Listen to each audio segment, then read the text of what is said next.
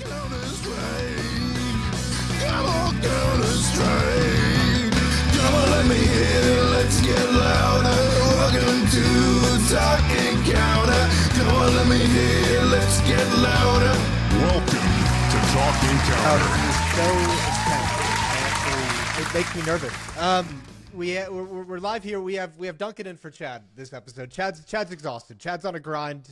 Chad's brain is fried at this point with casting so many events. We brought Duncan in, an old friend of ours. What's going on, Duncan? What's funny is I would have done the thing. I did it last time I came on, which is like a bit suspicious how I only get invited on the episodes Chad won't be on. So it makes it seem like Chad has some beef with me. But actually, I realised for this one, Moses, I've done it wrong. I have to think like someone who casts for podcasts. It's the other way around. It's not that Yanko. It's not that Chad. Chad doesn't even care or even know that I'm on this episode. What this really tells me is this. It's actually even worse. It means I'm just the last name on Moses' Rolodex. We all have them when we hire podcasts where there's that one guy, will say yes tomorrow if you ask like. So you wait till the very end. It's only if there's an emergency you just ask that guy. Like, I've got people like that too. It's all good. No, Duncan, you're at the top of my list. There's only okay. so many people I would bring on for an online episode as a guest for this podcast. You're Duncan at the very fucking top. Duncan is the type, break glass in case of a podcast, Yeah, right? exactly. We need men like Duncan in esports podcast territory. We need men like him to come and protect our borders. And you've actually just sort of nailed it there, true. Which is nowadays you do them all in person. If you have to do an online episode, I'm never in person anymore, am I? So I'm I know, on the it's internet. the only way to get you. Yeah, I'm always going to be available. Don't worry, I'm not busy, not working or anything. Phone hasn't been ringing. What can I tell you? Have you been? We haven't got a chance to pick your brain at all. Have you been enjoying the VRS this season? Like it's kind of like not the most sexy topic, Sure. but just curious. Like how have you been taking it? How have you been enjoying the open circuit? Sure. My problem is, there's a few angles on this, isn't there? Like, the big picture one is I'm just a bit pissed that, everyone complained for so long about, the Louvre Agreement and the Blast partnership system. But what they didn't seem to understand, admittedly, they're just fans, they don't know the industry, I get it. It's that did actually financially help a lot of those teams. It's actually why a lot of people said it was, still worth running Counter-Strike teams. Obviously, you had the other one, the angle as well, which has obviously been overplayed, is you had the Blast Paris stickers, which were amazing. By the way, I can tell you, loads of team logs are in a lot of trouble because they basically took the crazy 4 times higher number from that and just went and sort of said this will happen every major basically. So that's not even true as far as I can tell. They set their budget on the highest. Yeah, they did. Ever came out. Yeah.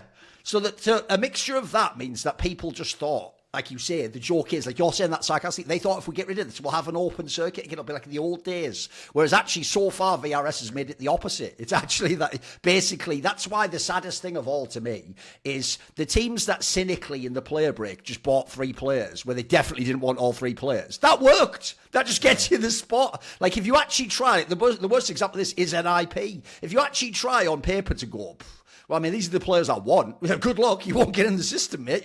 It's like having to win 10 online qualifiers in a row without ever losing, or you just can't get in. So my problem is, obviously I would like a totally open circuit. I'm like a meritocracy guy. I'm just like everyone who's good enough to qualify, By the way, if that means it's a team I don't like maybe Sauce, I thought that wasn't any good, makes it cool. They made it. My problem is just that, at the moment, we've just seen a lot of the negatives of the VRS at the beginning of the circuit, especially when it was scuffed. Yes. So, the most obvious one is if someone does make a new roster, you don't even know if you'll ever see him on LAN, mate. Another one out there is everyone criticises all these Fnatic moves. Can I just watch them play some LANs? I actually think some of those moves could be good, but I don't ever see them on a LAN, though. And I'm sorry, you can't judge anything about these teams and what they would do at a LAN in, upper bracket round 2 of an online qualifier. Yeah. You know what I mean? No one gives a fuck about that. So the real problem is this. I'll actually now say something positive about VRS. Once they smooth off some of the rough edges, the best part is about to come up soon, guys, which is that it will qualify you to the major. Yeah. I always thought the most whack thing ever in CS, we're just really lucky that people are really good at LAN in CS. Because, bro, imagine if we actually have ever had one of those, era-defining teams just flat out not make the major. The only time ever, as far as I know, a major champion didn't make it was Outsiders when they, went to they didn't make it to Blast Paris, right? That's the only time ever the former champion... Bro, that could have happened. You could have, the obvious angle, by the way, is what if anyone had ever had, injury, someone get ill on that day? That would be a nightmare. Whereas the best thing is, if I don't know if Yanko, because of Jokovic, watches fucking tennis or not, but one of the best things about tennis is once you're in the actual ranking spots, that guy's at the Grand Slam. There's no, he has to play, the qualifier to the Grand Slam, and he was ill that day with food poisoning, so he didn't qualify. What? I want to watch the top 10. So the good news is, for the actual major, if you're in, the safe spots, it basically guarantees you get there. So I think that will actually end up being really positive. I'm looking forward to that part. I like that. The actual VRS ranking seems to be going really well. When we get like seating for events through VRS, it feels like it works really well. But I'm with you. I think my least favorite part is that whole idea of picking up a core, a 3-player, and like it makes complete sense. Like you kind of have to do it as a team if you want to get. It's just a hack right now. Yeah, it just kind of sucks. It kind of sucks watching team building in that way. It's just funny seeing like there's 1 point difference literally between like Falcons and FaZe in 7 and 8. Like there's a lot of situations where it's just the Astralis one.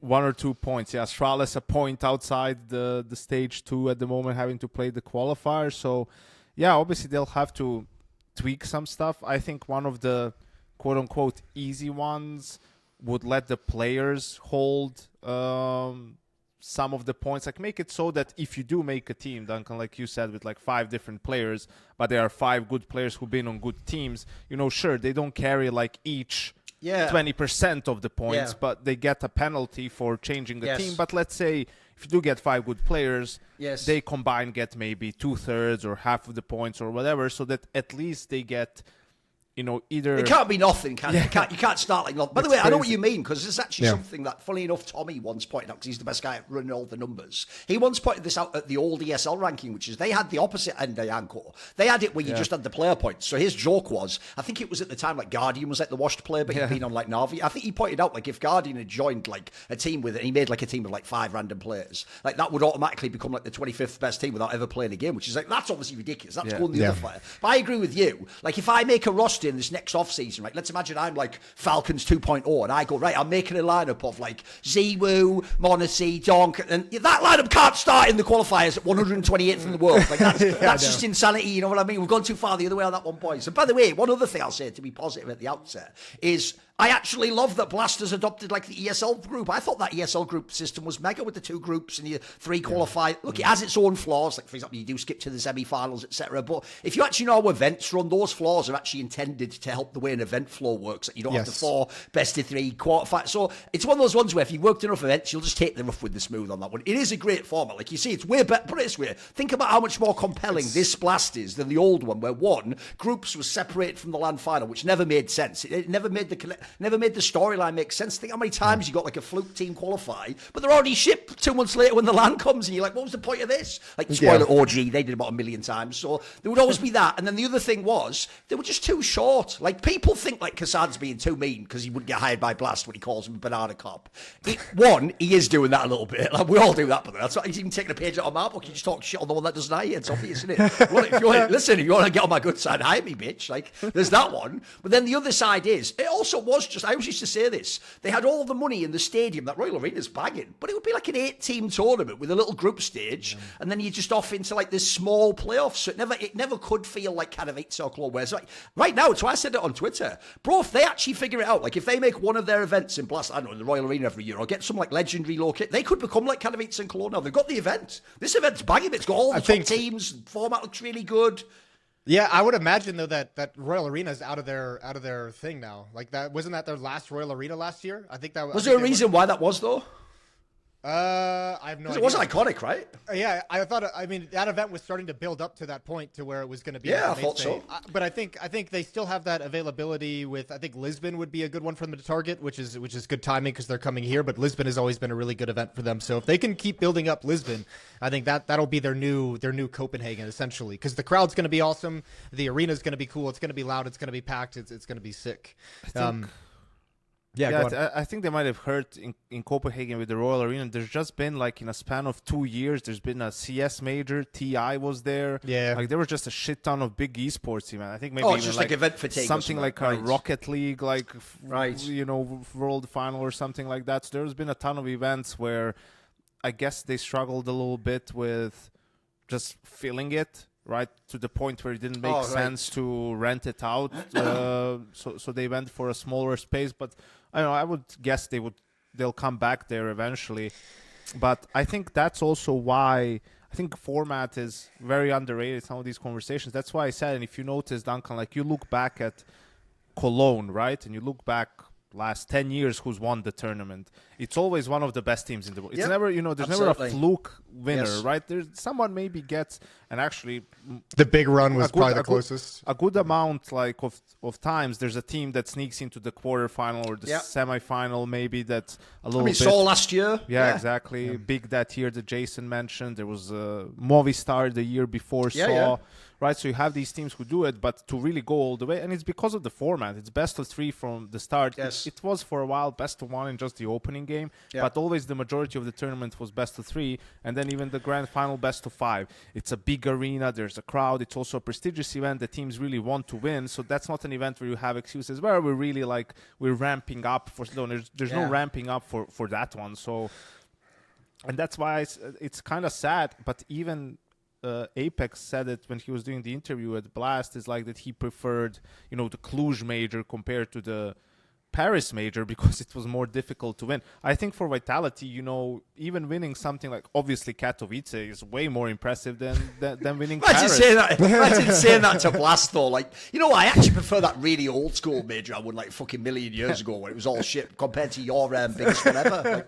In my home I love country. Apex. I know. I love it. Fucking love it. To your CS:GO send-off major. Because I love it. That's why I love him as well, because he keeps it real, right? Obviously, at the time, he's thrilled that he won another major after Sure. so long, but after a while, he looks back and it's like, well, yeah, the teams we beat were fucking shit in the best of 3, right? love it. I love it. Before the major started, none of the teams they beat in best of 3s was in No, the of top course. 30, Yeah. right? So it's wild in that sense. And sure, you play the teams that are in front of you. I even said it at the time because I was catching a lot of flag from Vitality fans. I would do your thing, Duncan. I just post the facts on Twitter. Yeah, that's I the just best say thing. teams that Vitality. I just posted Yeah. teams that Vitality beat, and then their course. ranks, and Yeah. that's it, right? And they're By just, the way, I will say, I'll let everyone behind the scenes, Janko. Obviously, we do think that it's bullshit. And we're obviously, that's implied, but because we're not saying it, we make you, the fan, Yeah. look like the nutter. We're like, well, I'm just posting Yeah, a I'm fact. just like, All I'm well, doing is posting zero stats on the game where you bottom fragged. What? All I did is put a number. Let's see the game you played, Janko.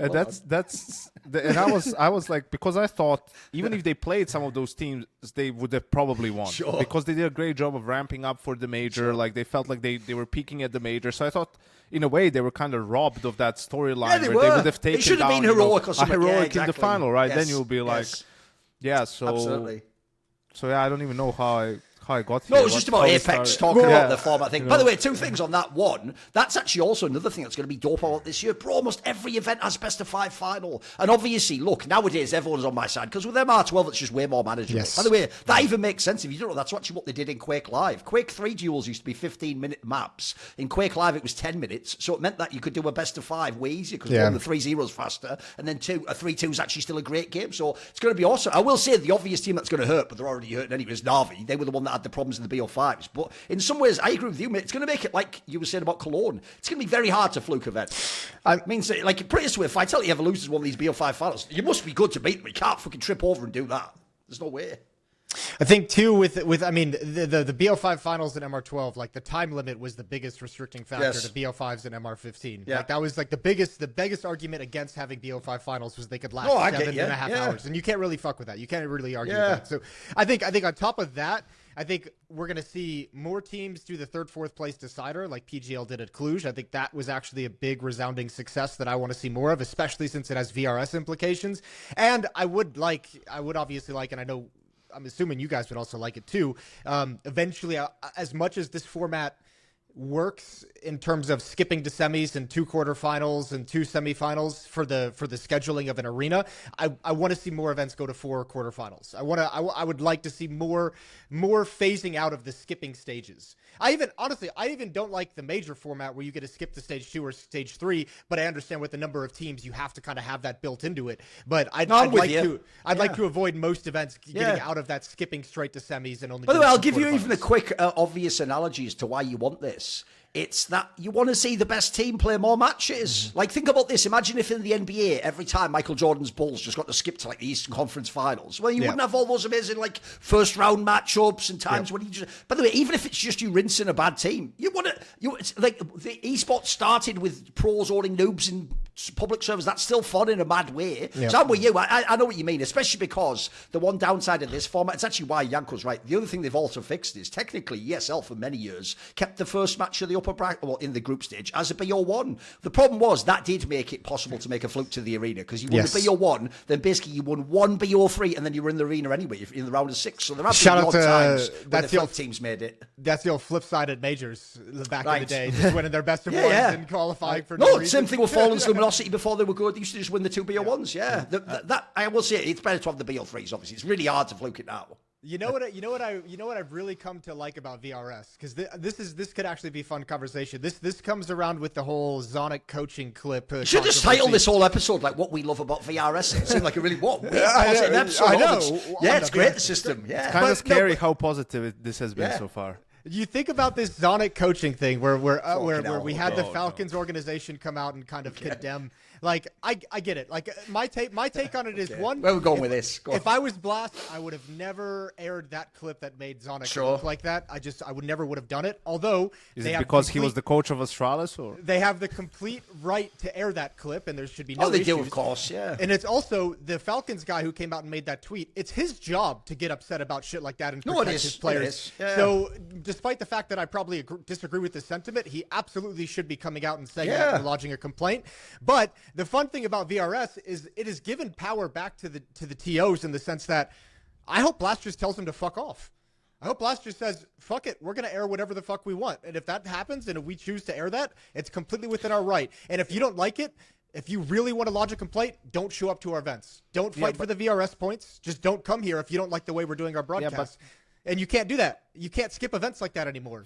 First of all, it's crazy to me that Jason has this sort of point of view. Like the firebrand, all of a sudden, he wants to see the world. He wants to see the world burn. Always a measured mind. Always the voice of reason. Just decided. Quit all. I'm done. Not getting high for Blast anymore. Tell me I'm wrong. I know what's this take.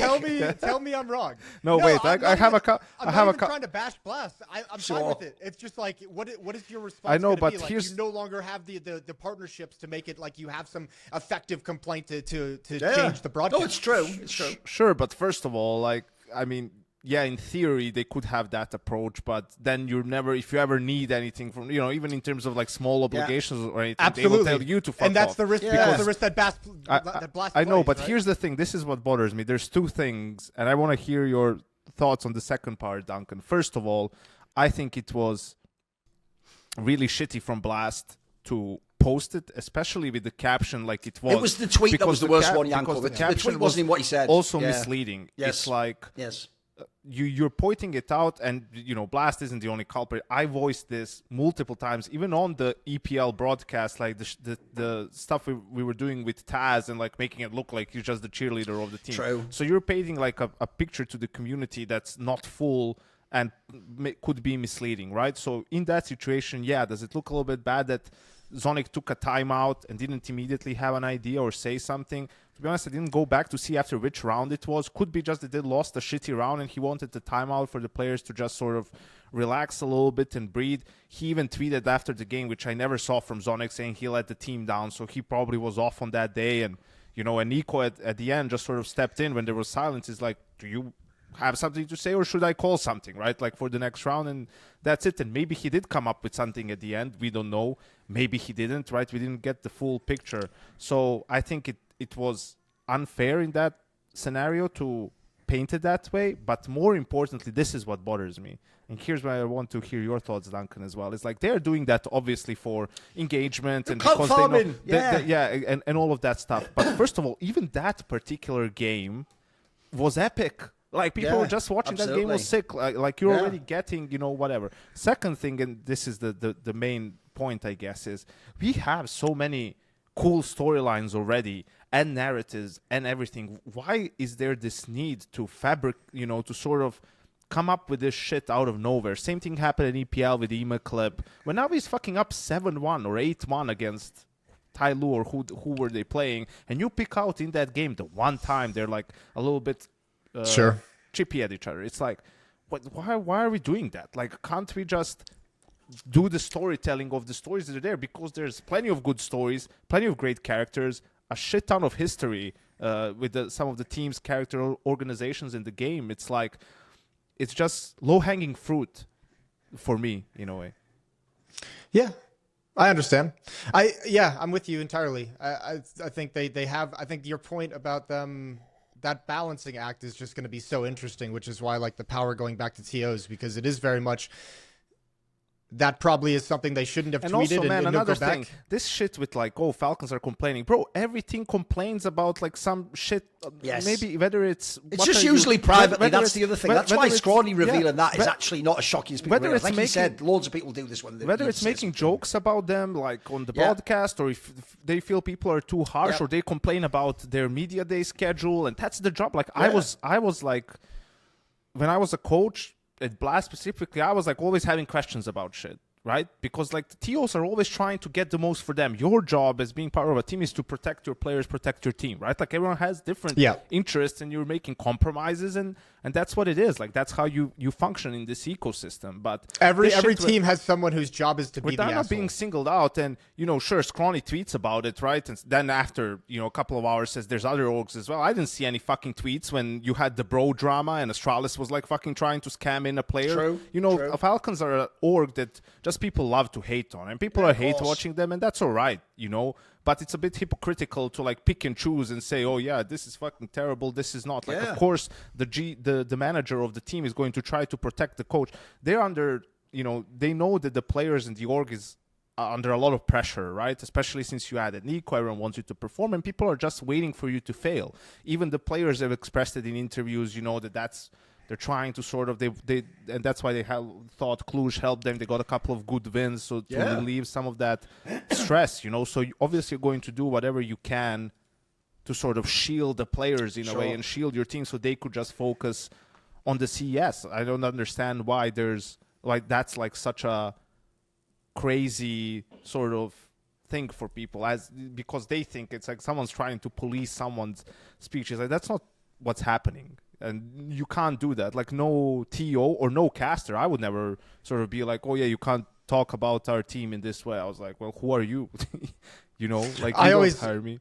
I always laugh when we get those requests or when we hear that from behind the scenes. It's like, okay, I have acknowledged that this team doesn't want me to talk about this particular thing, and I will be ignoring that for the next week. Like it goes in one ear and out the other. Like the only thing they get is don't like, pay attention to it. We just won't talk about you then. And how's that going to help your brand and your aura and everything? Like, you will not be a part of any content. You will not do anything. We will talk about the other team when you play. So how are you going to gain fans and satisfy your fans? It's crazy.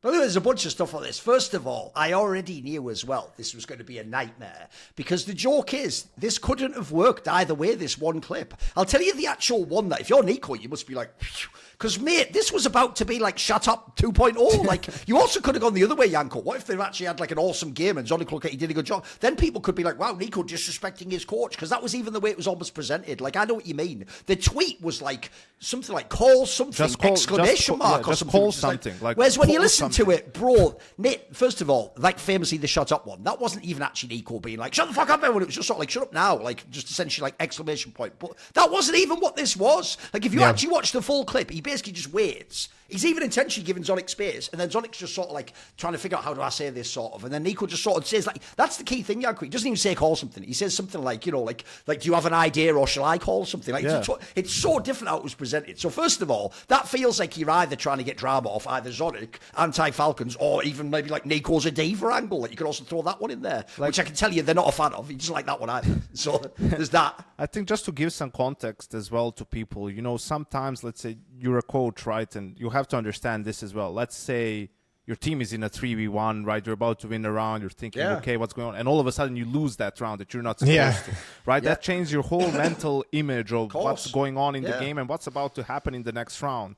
So you see that your team, obviously the players are never going to feel great when they lose a round they're supposed to win. So, okay, you feel like I need to take a timeout here just for them to reset. I always felt like timeouts in CS a little bit like basketball timeouts when the other team gets hot. That's one of the times. It's like emotional regulator and stuff like that. Yeah, exactly, right. So you do it, but then you didn't really expect that to happen. So now you're thinking you call the timeout, but you're trying to sort of think, okay, what's the good decision here? What's the good call? You're sort of saying some words while you're thinking to settle down the players, right? So they don't go into full tilt. Maybe the in-game leader or someone has an idea of what they want to do. And yeah, sometimes maybe you draw a blank for a little bit, right? And eventually you do come up with something, or someone steps up. Well, the joke is this used to happen to you guys. You guys would be coaching and you'd be going, and then Twist would go, are you going to call something? I'm trying to remember what happened in that secret broadcast I heard like a year ago on the fucking online upper bracket round 2. Fucking give me a chance to think, will you? My whole coaching career is based on that secret information that I got from that Mouse Sports versus that one event we had to come to. That's just lived rent-free in both players and fans' mind forever, guys. That you just secretly have your whole coaching career. No, there's that. So, by the way, this is why,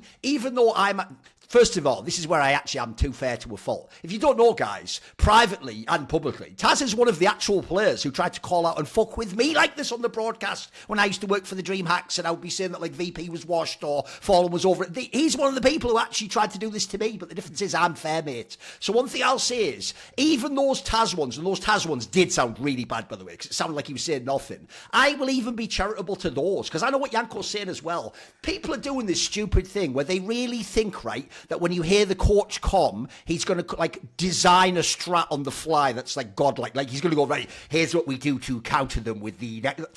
first of all, it's never going to be that in the fucking timeout. As Yanko says, timeout's not even for that, like, mate. You maybe make a tiny tweak, or you said something like, play a bit more to the A side or something like... But actually, I agree with you. It's mainly more things like, right, where's my team at emotionally? Like, what do we have to focus on? It's why I've always said, if you actually go back, I could, for real, play like...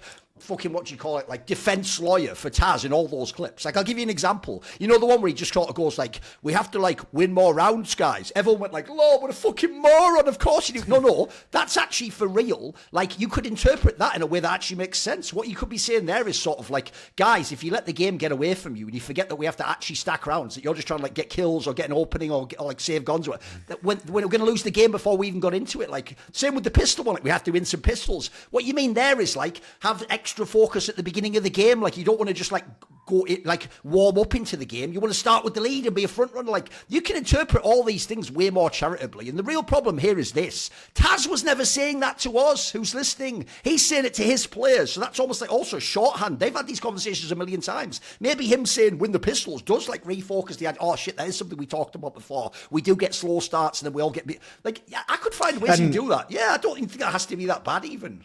And that's even one that falls into line, both of the Taz ones and even the Zonic one, where you hear him being quiet, a little bit quiet throughout that as well, is sometimes you take that time out and your players are just dead silent. And that silence is really unnerving when you don't feel your players communicating and coming up with ideas and being creative. So yeah, those little things are sometimes meant to jog their memory or jog their energy or kick them into gear in some sense of like, remember this conversation we just had. Think back to this moment of what we talked about, what we discussed in our game plan. Anything to get the players talking with each other. Because once those 30 seconds are up, you go back to being a non-factor. Yeah, and I think go on. No, I think sometimes it does happen in timeouts. Like, I can say for my own example, in the Katowice major in 2019, we were in the 2-2 game against Cloud9, and we played Cash, and we were up, like, we had a 12-3 CT side and won the pistol, and we were like up 15-4 or something, and it got to 15-14. And I was like saving I was using the timeout slowly. I didn't want players to panic and immediately start calling timeouts. So I used the last timeout and I called around like sort of out of that we didn't have that I felt like would work. And we ended up winning that last round. And sometimes it would happen in games. And I even had players complain a little bit sort of at times. It's like, why do we call around, in a timeout that we don't have when we have so many rounds? Sure. And I'm like, listen, we do, but I don't think any of those rounds are going to work. They're just doing something that we haven't really seen before, or we don't have something set for that. And obviously, that's, from that point on, you do have it. Like, that's how you add to your stuff, and that's a part of the playbook and preparation. But it can be all kinds of ways. It depends on the situation, and definitely not every single timeout is going to be tactical, because you're telling me that when a team is down 5-0 and you take a timeout, like, oh, it's going to be all tactical.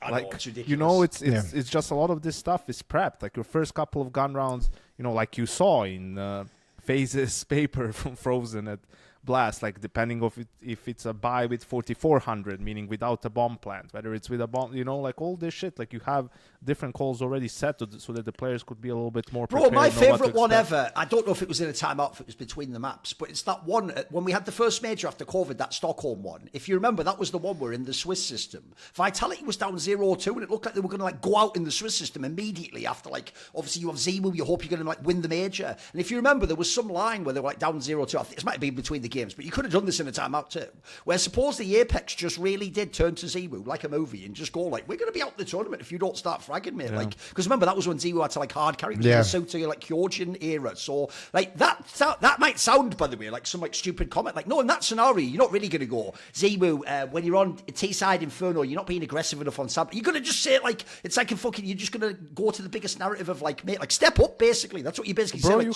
get your shit together. You had the one recently with Blade and Alexi. Alexi, please, I'm begging you. Like, that's just sometimes how it is. Sometimes maybe one of your players is a bit quiet, that has to be talking a lot, and you direct a little bit more at him. Obviously, you don't want to really get into it, but depends on how. Depends on the. By the way, let's take this though, because you need to connect. One thing you didn't make explicit before is this. This is why I set up with the NiKo part. The worst part about this, you're right, Yanko, is this one. All the other ones. Here's the thing. I couldn't even believe the ESL one's just like, oh wow, since Starvy's losing, like, are they having some problems? That's not even that terrible to ask about. I agree. If you look at the context of the game, it doesn't make sense. By the way, they made it seem like they were like one round for elimination of the whole tournament. Like, they're like, what the fuck? Shut the fuck up when I call. Like, again, he wasn't doing that. And then also, it's just because he's Finnish. You're not used to him ever raise his voice, like, or having any tone or emotion in it. I get that. But he wasn't even whiling, bro.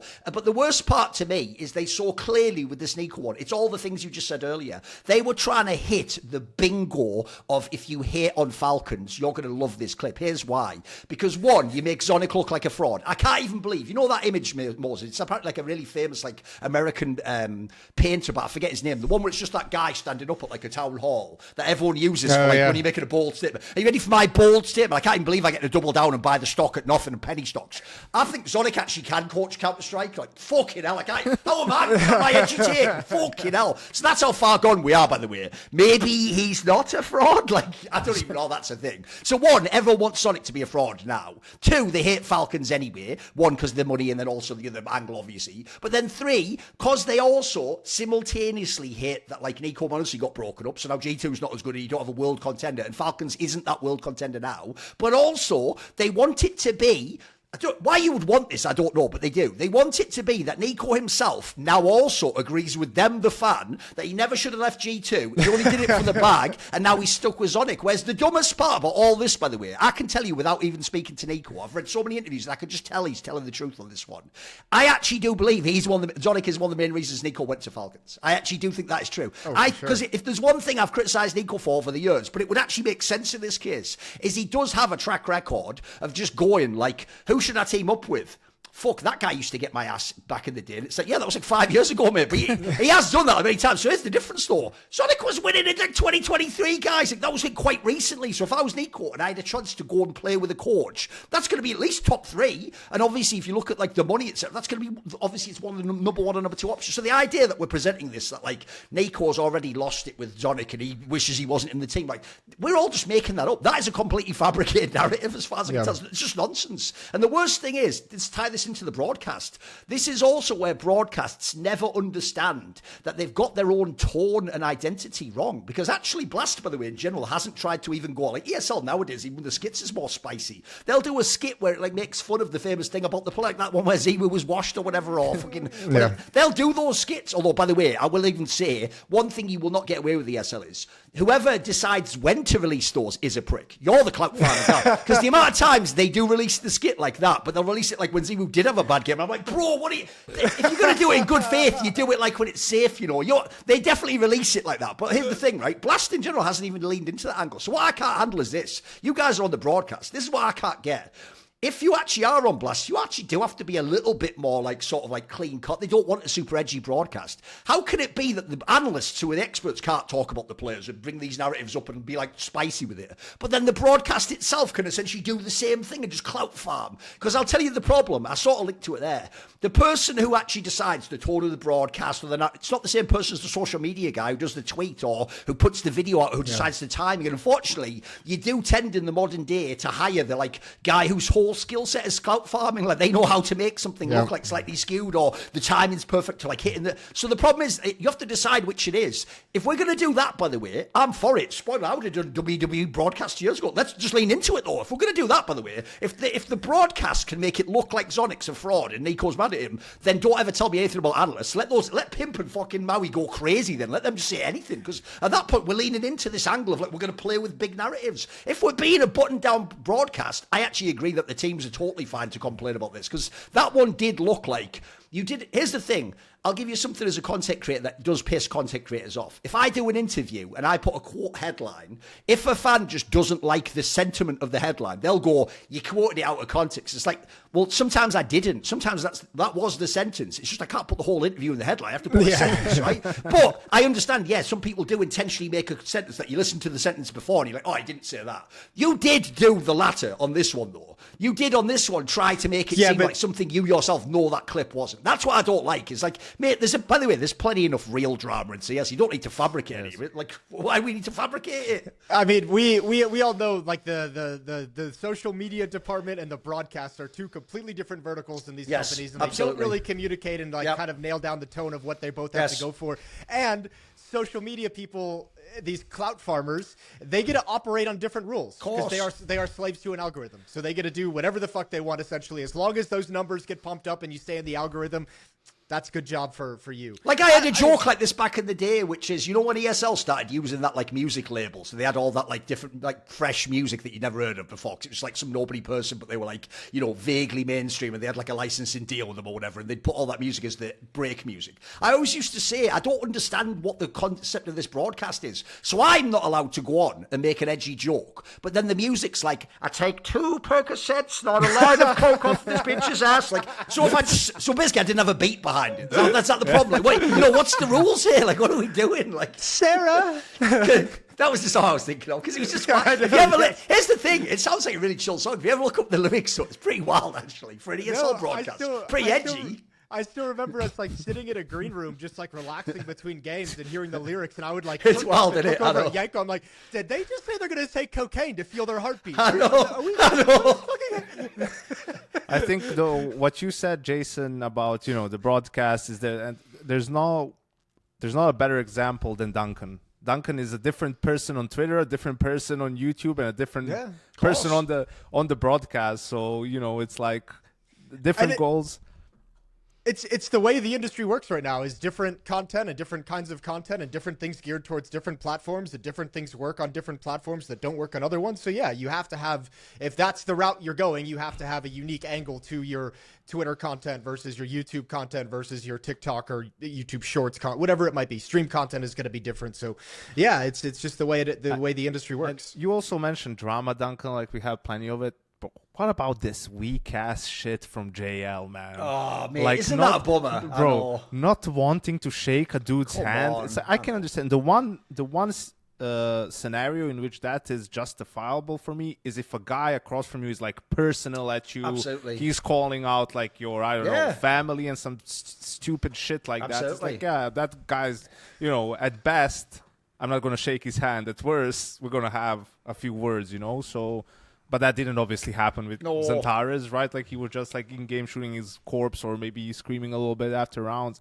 And that's it. It's like, man, you always shake a guy's hand after a game. No matter how butthurt you are. It's like you beat them like 5 times in a row before that. They came and shook your hand every single time. Bro, you knocked him out in that major. You won. You actually fucking slayed him in the quarters. Like, what is he? Did he shake your hand? I'll bet he did. Yeah. I'll guarantee he did. Also, by the way, 2 things on that. One, it just doesn't work specifically for JL, bro. Your whole thing's been talking shit on people the whole time. Every time you win, you have a shit-eating grin to the camera. You're fucking. You got all the fucking props and all the skits. So like, you're doing that when you win, and then when you lose, you just go. Because as you say, Yanko, it's not like he tagged in the game like you win a fluke major or something, which by the way would be hilarious. I was thinking do that next time. Yeah. Also, this is the obvious joke I was going to make, but I looked and it wasn't that great on the clip. But because he did that weird thing, Yanko, where he didn't just do it like he didn't shake anyone's hand. He went and like shook everyone's hand. Yes. He came to like Xantares and went like. Just skipped it. Moved around him like an AI, like a fucking Roomba that just got in like the wrong room or something.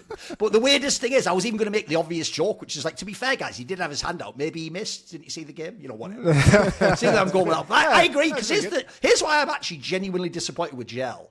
Well, one of the reasons I haven't gone as hard on him as I probably have with other people who fucked with me is because, bro, he's not actually fucking with me. If you've ever seen one, I can tell you, now on Twitter, likes are private. I'll just tell you the secret sauce. He just likes all my tweets where I dunk on him. So essentially, he gets that they're a joke, and he understands when I joke, when me and him go back and forth on social media, it's basically like wrestling banter. He knows it's not actually like serious. We're not like in some beef where I hate him and all. If I've even joked, like in the future, we'll probably just do a fucking interview about it all. There'll be like a bag of water when it drops. Like, oh my God. But you'll see it'll just be like a good interview in like 2 years when he's won more tournaments. But the problem is, his whole thing was like, I'm the guy who's edgy and willing to engage in that. So if you do that, you have to take it on the chin when you lose. Come on, you have to. It's also weird because like when I saw even when I saw the clip of Xantares shooting his body, like JL like kind of seemed to like have some fun with it in the moment, despite the fact that they were losing and his body was getting shot. He did that whole like no, like with a little like grin on his face, you know, like he actually seemed like he was trying to like play off some banter with it. I was surprised when he didn't shake his hand. Because I also, by the way, do agree with fans. Bro, how are we all going to donk on Valorant and then we get mad about people shooting a body in the game? You know what? That's exactly the sort of thing we'd all make fun of in Valorant. If a pro ever dared say that, like, you were shooting my cops in the game, we'd be just like, yeah, I'll donk on your face in the fucking game. So what are you talking about? Like, we're supposed to be CS, we're supposed to be talking shit. And also, the reason why this one's so sad is it's not even some big drama, though. It's like you say, Yanko, it is like a fucking storm in a teacup. This is such a small drama, but it's become a big drama just because he didn't bloody shake his hand. By the way, GL, pro tip, just shake his hand anyway. If you want, by the way, here's the actual secret one you haven't figured out, you idiot.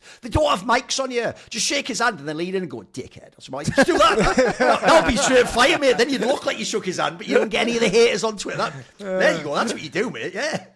And it's a stark contrast. Dude, the electronic one was popping off as well. Like, these players are all popping off right now. The electronic to Dexter one after that game was fucking wild.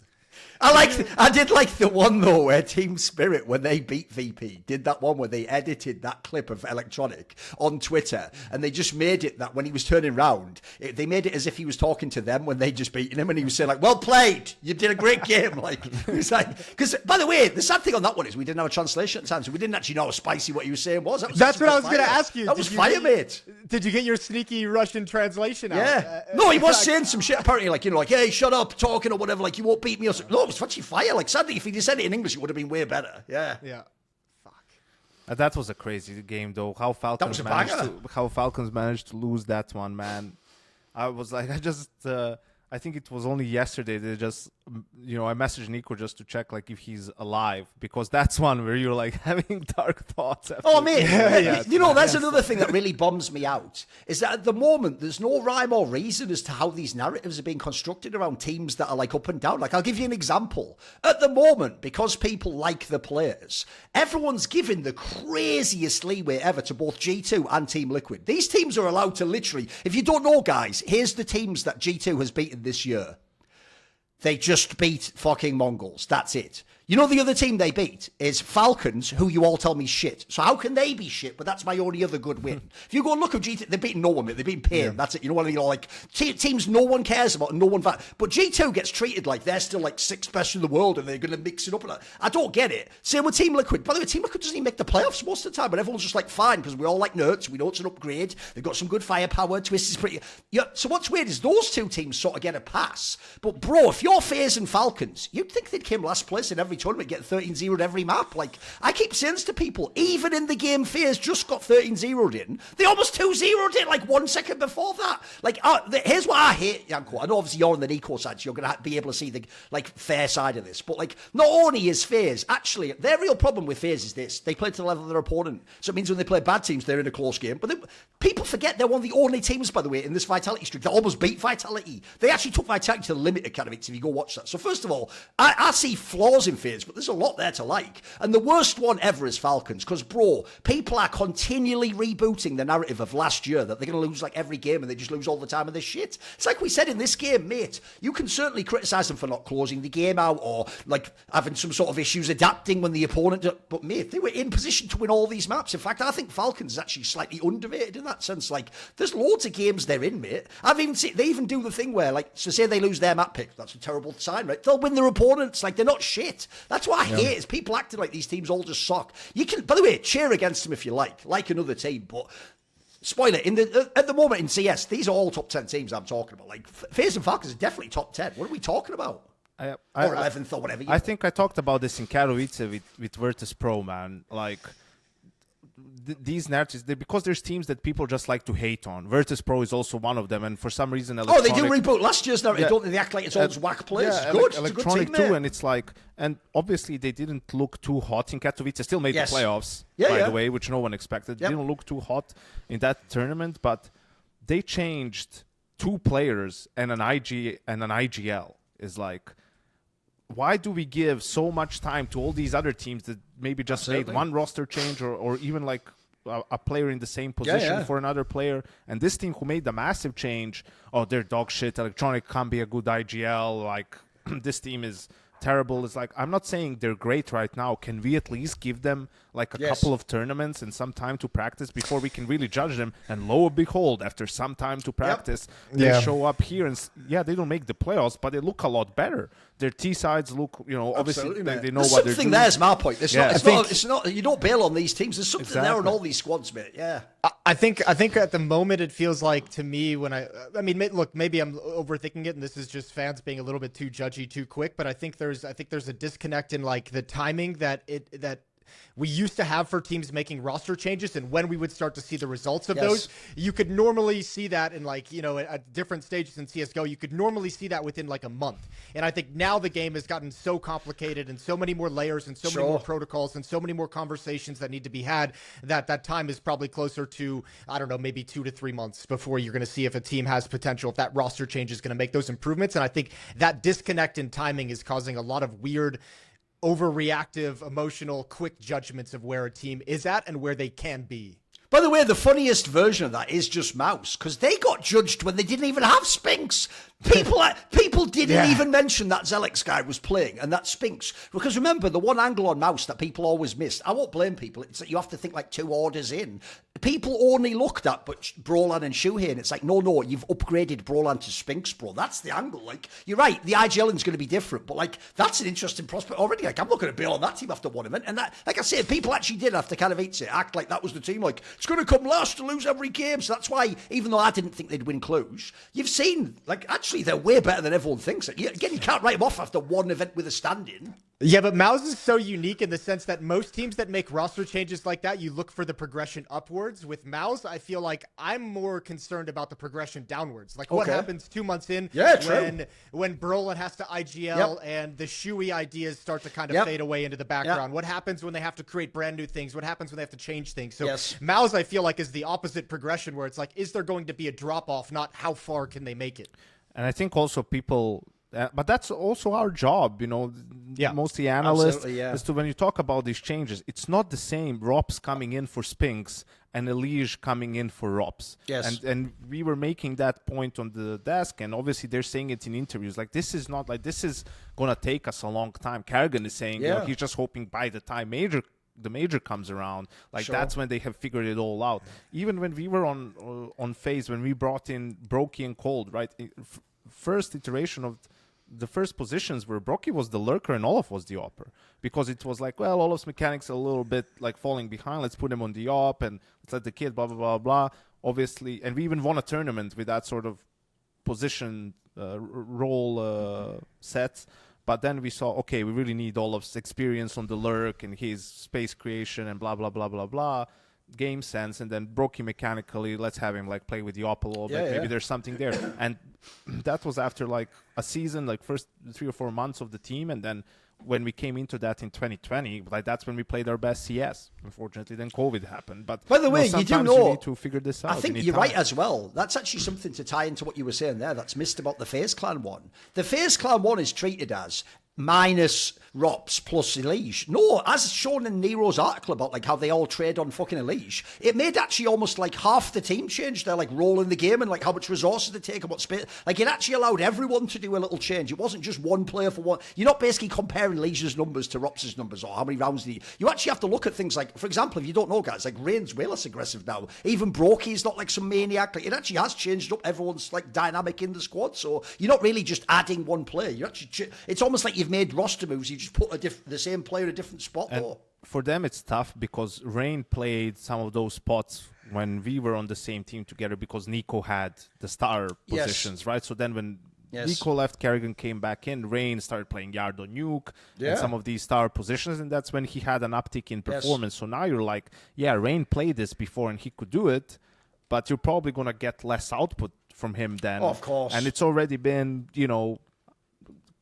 could be shaky from time to time. So how much do you're trying to, in aggregate, sort of how do you get the most out of everyone? Yes. And that's can be tricky sometimes, and players need to be able to compromise, and on some map don't have their ideal spot, on others they do, right? That's kind of what the G2 did with when malbs joined. He got his positions on T side. Yes. Hunter had to change, but then Hunter got to keep his spots on CT side, and malbs had to play anchor, and sort of it made it kind of work, right? Like they managed to fit it all together, and you can't.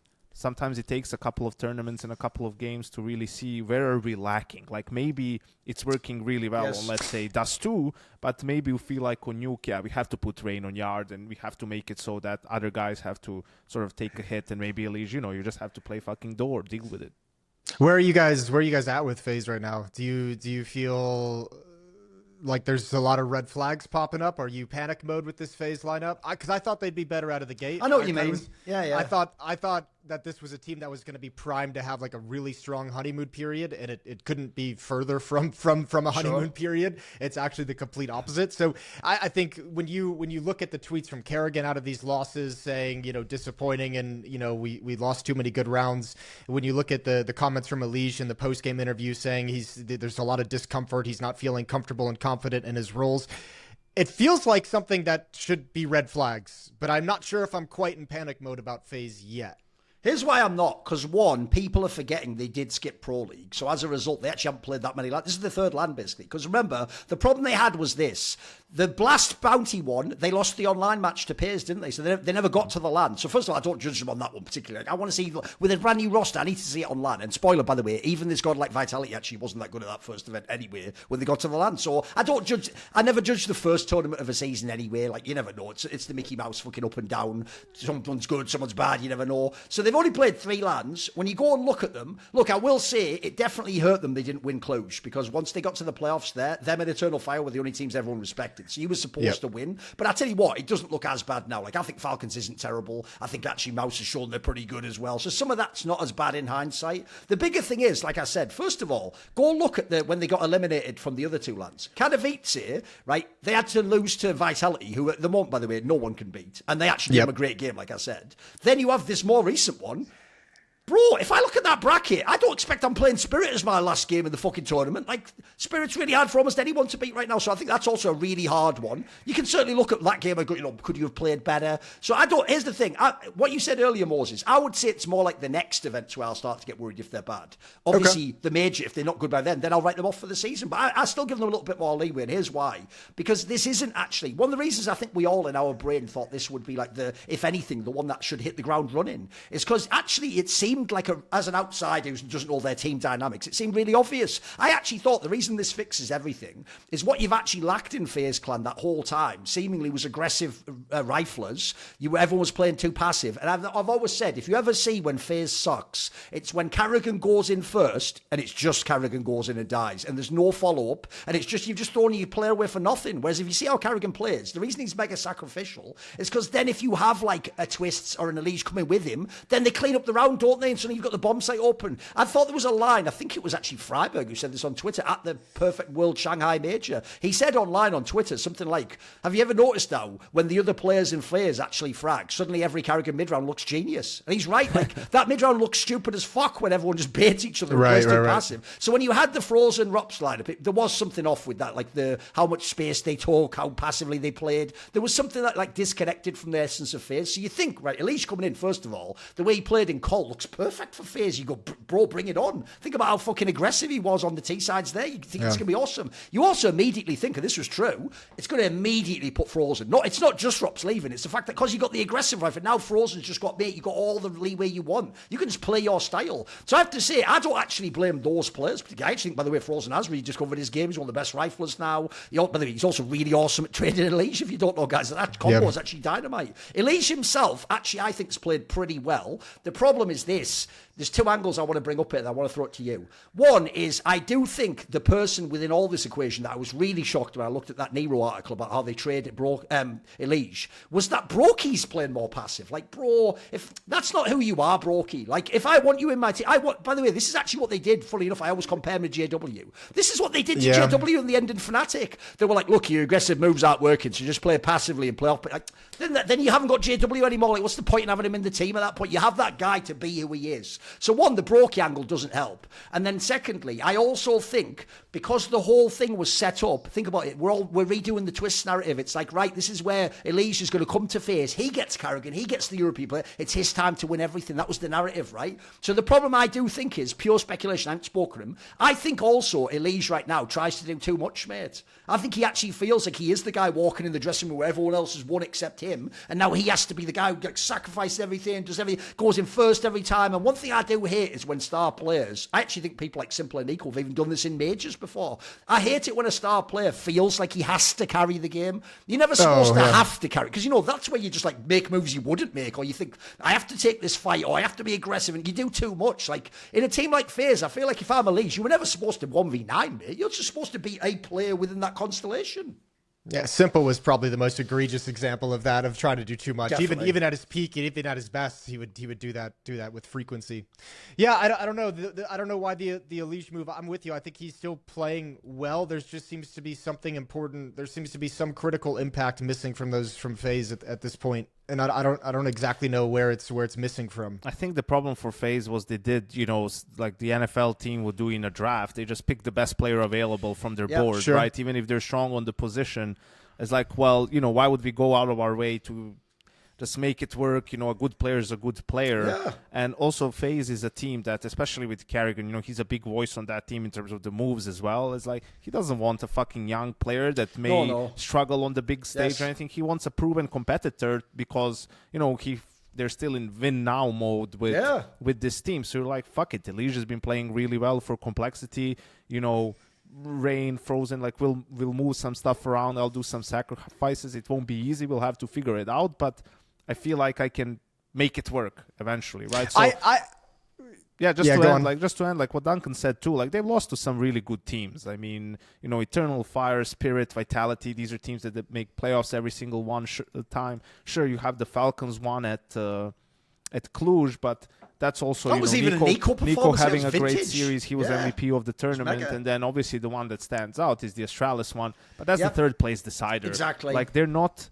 meaningless anymore, but you also have to understand for players like Carrigan. It's Rain, like you said, mate. If I'm in win only mode, third place games. You know what I mean? Like it's hard for them to mentally put themselves in that, knowing that like we were here, we were the main favorites to win this. We were supposed to be in the final, and not that we make excuses, but it's just a different. By the way, I just looked it up. If you actually even look up who they've lost to, so Katowice, they lost to Vitality, who smurfed everyone. Then they lost the last match in the group to Eternal Fire, who we all acknowledge is like a top 5 team in the world, is actually a good team. So that one's fine. Then you go to Cluj. In Cluj, they 3-0'd the Swiss and just lost to basically an MVP performance from NiKo, who we all acknowledge one of the best players in the world. Then you come to this tournament now because you skipped the EPL, and then you lose to VP. By the way, it's a super close game. You definitely could have won this game, and then you get eliminated by Spirit. What's to hate on? You know what I mean? Like, listen, there's plenty of other teams we can go in depth on, like flaws or wow, you slipped up there again. By the way, the joke is teams like Eternal Fire have lost to worse teams than that. That's actually not that bad a run of form. Like, look, you can't. If you want to be a top 5 team, you have to win some matches eventually. I'll give you that. But like, this isn't the end of the world. The teams they've lost to, I think. What are you hating on here? What angle? What stuck in your craw? Come on. No, but I think this might be one of the, like, I hope FaZe isn't in win now mode. By the way, I won't lie, I am on full copium whenever it's FaZe. Like, you have to understand, FaZe clan for me is like Kenny S. The second they like hit an AWP shot, in this case win like a playoff game at the major, I'm like, they're back, and anyone who called them out, you're all frauds. They're the best team. Get ready. This is demon mode for Carrigan now. I'm going to bring them all back. Don't worry about that. They're all just on stasis. It's like Ripley at the end of an Alien movie. It's always coming back, motherfucker. It's coming out of stasis soon. Don't worry, hypersleep. I'm fucking with you. None of these losses seem No, like a exactly. disaster in context, except if you add the context of we're in win now mode. And I don't No, know I know if what you it's a mean. third, True. fourth place decider, True. but if you're in win now mode, Okay. you cannot lose to this. That's Astralis true. roster. That's true. If you're in win now mode, you cannot be losing That's to a true. Virtus Pro that is still coming in and trying to prove themselves. And I'll as give much you that. as we think there's potential, Yeah. win now mode means those are teams you have to be beating, and we can handle the loss to Vitality. We can handle the loss to Spirit. But win now mode is beating VP, is beating Astralis in whatever situation you find yourself up against. This them. is So how look- I know, Moses, I am a true fan of FaZe, because they're saving strats for the major, bro. Yeah, exactly. That's the worst thing, actually, about Shanghai, by the way, guys. In some ways, it's a good job they didn't win that major. Because if they won that major, we would all be so insufferable. We'd just be giving them the whole season off until the major. Like, it's all right. As long as they do run, it's totally fine. Well, I also feel like I need to just defend myself a little bit. Like, Go on. when I say win now, I mean, they don't have time to develop a player Yes. and wait for Yeah, him. yeah, yeah, Win yeah. now is being having a roster that is capable, Yeah. but obviously now, like what we talked about, once they figure out all Yeah. the positions and everything, like, yeah, if they can. If not, obviously they'll have to make a roster change. But I mean, it's tricky. And the problem here is, which can happen to some teams, is, and that's why it was really important for G2 to beat the Mongols and make the playoffs. It's like sometimes, man, just like when you're not getting that one win to get to the playoffs, and when you're struggling to find the results, no matter how good you look in games at times, it's like it can just start to get into the player's head and they will lose confidence, and then you might not ever be able to sort of break through. So that might be for FaZe, and I know this can be the case firsthand, is like sometimes when the results are lacking while you're sort of figuring stuff out, it can get pretty dark, where people are sort of like not feeling like hopeful or thinking, oh man, we suck or anything. And then all of a sudden, a couple of good wins, maybe a deep run or even a tournament win, and they're back, right? Like, it's okay. We're the big dogs now. Bring it on, That's why it's so important, though, to have like to contextualize within your own team of like where you're at. Because I mean, we talk about this win now from the outside in. If you're FaZe and you have that mentality inside, like we're win now, we have a team that should be fighting for trophies. That you're comparing yourself now. You're setting the bar at winning the event massively, not building up to be a championship team. And all your losses hurt more in that context. So I don't know what kind of mentality FaZe have within the team, but I hope it's not like we should be winning these trophies at this very moment. This is a kind of a build-up for them to the major. Otherwise, you just get buried under your own expectations. We had the same problem when I went and coached Liquid. Like that lineup when I got there, that team going through the roster change of Nitro going out, of Grim coming in, of then, Twist wanting to leave the team. They were still kind of like in win now mode, especially in North America. Like, we should be the best team. And like, they were still like kind of, there were a couple times I'd come into practice and I'd see a couple of the guys watching like the 2019 Intel Grand Slam highlights that happened like a year and a half, 2 years prior. And I wanted to be like, guys, we're not that team anymore. Like, you need to. They were actually sat watching like their old highlight. Remember the good old days? Look at that, And it's me they're like, fragging. I love that. Why aren't we playing like this? Why aren't we fragging out like I love this? it. Like, guys, Okay. you're not that team. Like, stop Players, like I compare. love Like, them. stop like dreaming that you're the 2019 Grand Slam team. Like, if that is what you're dreaming By the way, about guys, right now. you know we're one not thing, doing we proof. need an intervention on players because, bro, players themselves are as bad as fans. You don't know, guys, if you actually really did give players the power like a genie to make wishes, you don't know how many of these players wouldn't say, like, I wish for Modesty to be on my team. They would just make last dance lineups of their favourite ever lineup that won the most. Like, the amount of players that would run that back is crazy, mate. Like, and they won't admit it publicly, but some of them would just definitely say yes to some of those moves. It's true. It's true. And by the way, it's one of the most impressive things about Kerrigan throughout his career is one of the things that I think players fall into, the trap that players fall into when they start getting a little bit more experience, a little bit veteran, especially when they have some successes, they think the avenue that got them to that initial success is always going to be the right answer. Absolutely. They have a really hard time giving up what got them to success the first time and finding a new path to that success. And that's what's so impressive about Kerrigan is that he's been able to kind of rejuvenate and refresh that sort of concept so many times with so many different lineups. So this is going to be another big test, and I'll tell you what, I think Alish is probably going to be the hardest test he'll have in his career of finding a way to activate him to be a player that can be a centerpiece on a championship team. So it's a really big task ahead of FaZe to be able able to make this lineup work, I think, especially with some of these early struggles we're now seeing. By the way, two things. One, I actually also just realised, I never thought of it in this context, Janko. I thought you were living the hard life, mate, where you tried to join FaZe where you can't ever actually sign a real player that, like, fucking has market value and isn't retired / washed / just consigned tomorrow. Because if people don't know, notice they all joined as loans guy. That tell you everything about the fucking team Janko joined. So I thought he was doing hard mode, right? Jason did nightmare mode. This is what Jason's team, he had coach was. Jason's coach was, we've just done a trade. We traded Twists for Fallen. Like, in 2020, like, bro, give me a fucking break. Like, that's like saying Maradona's joined my team. Yeah, like, it'd be like 1995 or something. Like, they fucking washed. Mate, that's hard mode right there. You're that Blade quote. Some motherfuckers always trying to ice skate uphill. You were trying to win fucking tournaments for Fallen in 2020 or whatever. Like, fucking hell, bro. I appreciate the defense, but I feel like I need to step into the lion's den here because I was there helping orchestrate that move. Okay. Bold to admit that. Bold to admit that. Yeah. But I mean, Moses GMing there. Well, no, look, because it ties into the conversation we just had. Go on. I mean, the context of this was when I stepped in, Nick had just left. They had just dropped Nitro to bring in Grim, who was like a fresh rookie. Yeah, he looked good. So the team, and much like what we just talked about with Kerrigan making this change to bring Elysian, he doesn't want to bring in a young, talented player without experience and build them up. So I stepped into a team that also didn't want to be doing that, but had made the decision to that. So there was already frustration with grabbing a new, inexperienced young talent and having to build them up. Also, Nick had just left, so our in-game leader was gone, and we had Naf opping. So at the time, I looked at it and I was like, the best way to resolve this was just to get a little bit more leadership into this team because Stewie's a brand new in-game leader, is bring Fallen in. That also allows Naf to go back to his positions and drop the AWP. So there was some logic behind it, but obviously there is that inherent risk of picking up Fallen towards the end of his career, and I was looking for more of a leadership. 5 years ago, still seems to be going strong.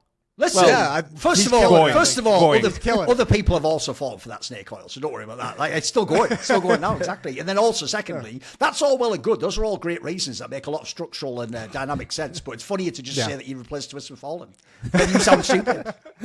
No, trust me, there are sleepless nights where I'm like, ooh, man, that may be... By the way, one thing when you were saying that about Kerrigan is, though, even I forget this, is Kerrigan actually has, like, spoiled us in Counter-Strike. He set these impossible expectations for what an in-game leader can do. Like, you're right, Moses. I always thought the most underrated detail in Counter-Strike, because none of us judge anyone's career this way, is every other team. I think the only one I can say ever did it was Astralis when they had the Blast Astralis period, then they came back and won the major again. But even then, by the way, they only got something like 6 to 9 months more out of it, and then it went downhill. Yeah. Every other great in-game leader basically has one period, like you're saying, like a bell curve, where it goes to the top. Like you say, they master something about the game or style, but then the problem is they just recapitulate that a million times over, and by the end, it's like diminishing results, isn't it? Like, you're sort of like the 9th best team and you whatever. But if you notice, Kerrigan not only has returned to the top, he's been like, there's not even a contender for longevity. Like, the guy literally could have won the last major. He was like 2 rounds from doing it. That is like inconceivable. It's mind blowing that someone could still be doing that at his age and experience level. Also,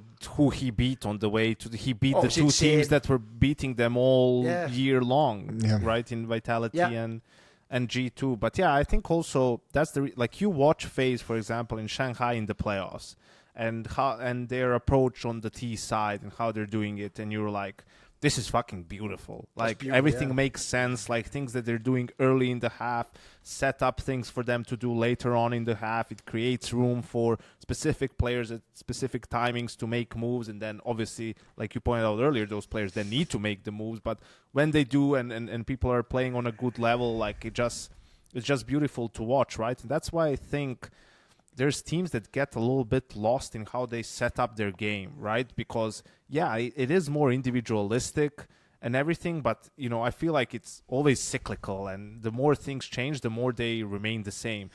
And you only see it, really, in the highest pressure moments. Why? Because that's when everyone's fucking testicles shrink. Everyone is like, oh shit, well, I feel like I should push here, but if I do and I die, I might have gotten us eliminated from the major. I'll just fucking play it safe. I'll hold my spot. I'll hold my part of the map. And that's not how you end up winning trophies. And that's why I think reason why Vitality is also above everyone else now. Obviously, the addition of Robs from Spinks, it's just crazy crazy that they could get him for free. Crazy bonkers, that isn't it? FaZe would lose drops and twists for free. Like, that's just gross negligence. True. But whatever, a different conversation.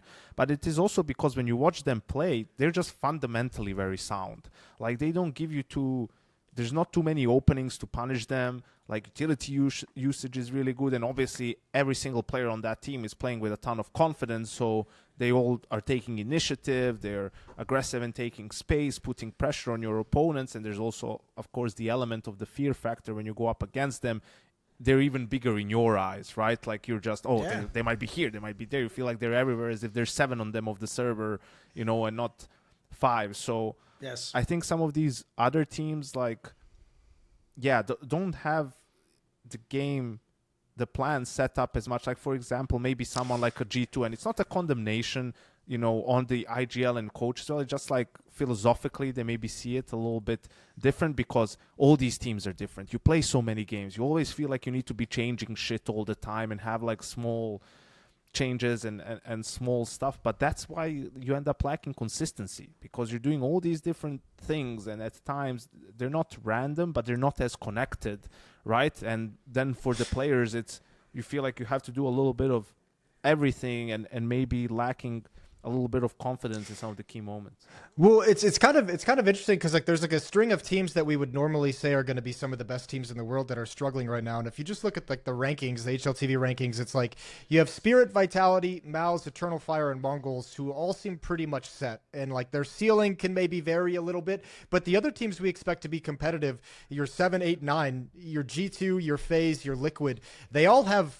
strong rosters on paper, yes, but those 3 teams are all battling and having the same conversation, except for maybe Falcons. But G2, FaZe, Liquid, the role issues within these teams is like those are all having the conversations of where there's slight details of how the team plays the game and what everyone's purpose is within this roster, where things are a little bit off. With Liquid, it's like the passivity of JKS and NAF together is causing some struggles. With FaZe, it's Elige coming in, being more aggressive, has caused everyone to kind of shift their goals within their role within a round just a little bit to where everyone feels a little bit off. G2 as well, malbs trying to pick up the pieces of NiKo's positions, heavygod coming in as a brand new anchor, Snacks trying to in-game lead without NiKo, Hunter taking on more. Like, you have all these small factors in those 3 teams where we look at them and they say, I don't necessarily know where the ceiling for all 3 of those teams should be, but all of them should probably be better. Sure. And they're the 3 teams that you most often hear these like little conversations and annoyances, like little paper cuts of how these roles aren't quite figured out sort of yet, and that's what's preventing them of escalating to the top. But then you go back and you have like the Mongols, Eternal Fire, like those teams don't really have any of those role conversations. We just question whether they have the experience and the high pressure gameplay enough to win on the big stages. Mouse is looking like they don't have role issues as well, and they're still cruising along. Vitality certainly doesn't have those. Spirit doesn't have those role issues, but you have the question of once you get past Donk, and Shiro's playing really good this year, but you question how deep the firepower can go. True that. Yeah, I was gonna always slip that one in there. Fuck for you. You know I'm that, not going to letting that one slide. Look, no, Stats I'm padder, with you. Shiro. Thing is, I'll give Janko credit for this, though. He has always been consistent, Moses. Because I've always said this. Back in the day, he always did do the same thing to Device. He always thought Device was a bit overrated. But if you actually do win, though, he'll still give you the credit. Still give you the credit. I didn't. I don't think that's... I think it's a disservice to Device to compare Shiro to him. Like, Device... In what way? Like, Device was way more impactful as an AWPer than Shiro is, and he wasn't like Kenny or JW in terms of being crazy. He was very smart with his positioning. That's what people always said. If you want to learn how to AWP, don't watch Simple, watch Device, right? But I didn't think he was overrated. I thought that he was a little bit of a system player just in terms of that team. He's really good. He can't necessarily do some of the X Factor stuff, but he doesn't need to, right? In that lineup. So yeah, I think Device is, one of the great. I'll give you an olive branch. The one thing I do say about Shiro is this: I do think his game's quite similar for most of the game. Like, they clearly have more of a conservative, like, play the numbers, the angles type approach to the game. The one problem I'll give you is this, though, Janko. I do think what Shiro needs, though, is he needs the like fuck it, just go in button. Yeah. And you don't need that often, by the way. 99% of your game can stay the same, but I know what you mean. He does sometimes do the Jame thing where it's like, oh, you were just looking to save that round. But like I say, it's mainly in specific scenarios. It's like late in a game, or it's like if you'd have to be like overly aggressive. It's just, you've got to have it just every now and then. Just every now and then. It's also, I just hate how much stats impact people's perception of players, and also the top 20 conversation. Like Shiro is not the 5th best player in the world. He's just not. He's not a bad player. He's not a bad AWPer. What would be a better range for you? 10th or something? What would you say? Yeah, I guess around 13 to 16. Maybe 13th in the world, holy fuck. Something like that. I tried to help him there. I know. I gave him the alley. You can't- You didn't some hear people this, you Duncan. can't I said not only is he not a top 5 player, he's not a top 5 AWPer. I actually said that. Fucking hell. Who's better than him? Because I think name 5. No. Name 5 AWPers that better. Well, obviously you have Zyvo and Monesi. That's Yeah, easy. that's easy. But Keep I going. would when you talk about like impact in their A game right now, Torji and Voxic are doing more than Shiro. Okay. And What then about I'm the 5th like- one? 5th I'm one? like, It's well, getting hard for that 5th one, isn't it? Fifth one, You're reaching on fifth this one is tricky because wonderful Where's Brokey he are going on this? shaky at the moment. Wait a minute. I can't even believe he's going to put wonderful in this spot. No. I Do would it. have to say 9-10, but it's that's a bit of a stretch. That's you foul. know? That's foul, But mate. but there is a couple of guys okay. who Shiro is better than, but not by much. You know that also because those guys are more inconsistent and they don't have great games that much. But on their good day, guys like Brokey, wonderful. Take over a game. I don't want to say. All right, here's my ultimate. analogy for you, Yanko. I've got a good one for you here. You'll like this. Because since I know back in the day, I've always given this comparison because it's true. Back in the day, you are also consistent in your principles in what you like. I always said the example for me for Device back in the day is that's also how Yanko always thought about Steph Curry. He would be like, he's supposed to be the best player in the world. Like everyone's hyping him. But that's true, by the way. If you ever do put him in a clutch scenario in the finals, he just wouldn't be as good. Like he was never bad, by the way. None of these players are bad. But they wouldn't be like the best player and everyone was hyping him. So you also would be like, I know you hate chokers, right? But here's my problem.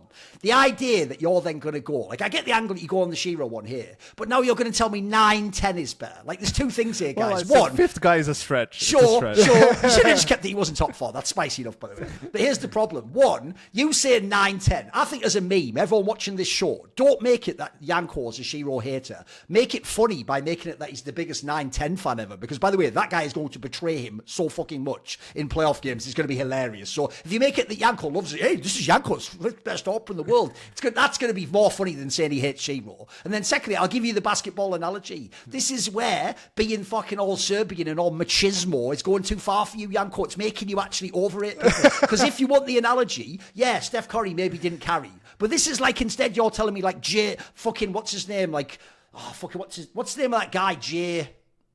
What was the guy who played with LeBron? The fucking idiot that did J.R. Smith. J.R. J.R. Smith. Smith. It's like you're saying J.R. Smith's better. Because here's the thing, mate. He's a way more aggressive player. He goes for like the spicy player. But he's not as good as Steph Curry, if you know what I mean. I think that's what you're doing with the 9-10. That's a reach on that one. But it's all good. I pushed you on Y'all that try one. to y'all try to lay the pipe. By the way, still one of the greatest leaked.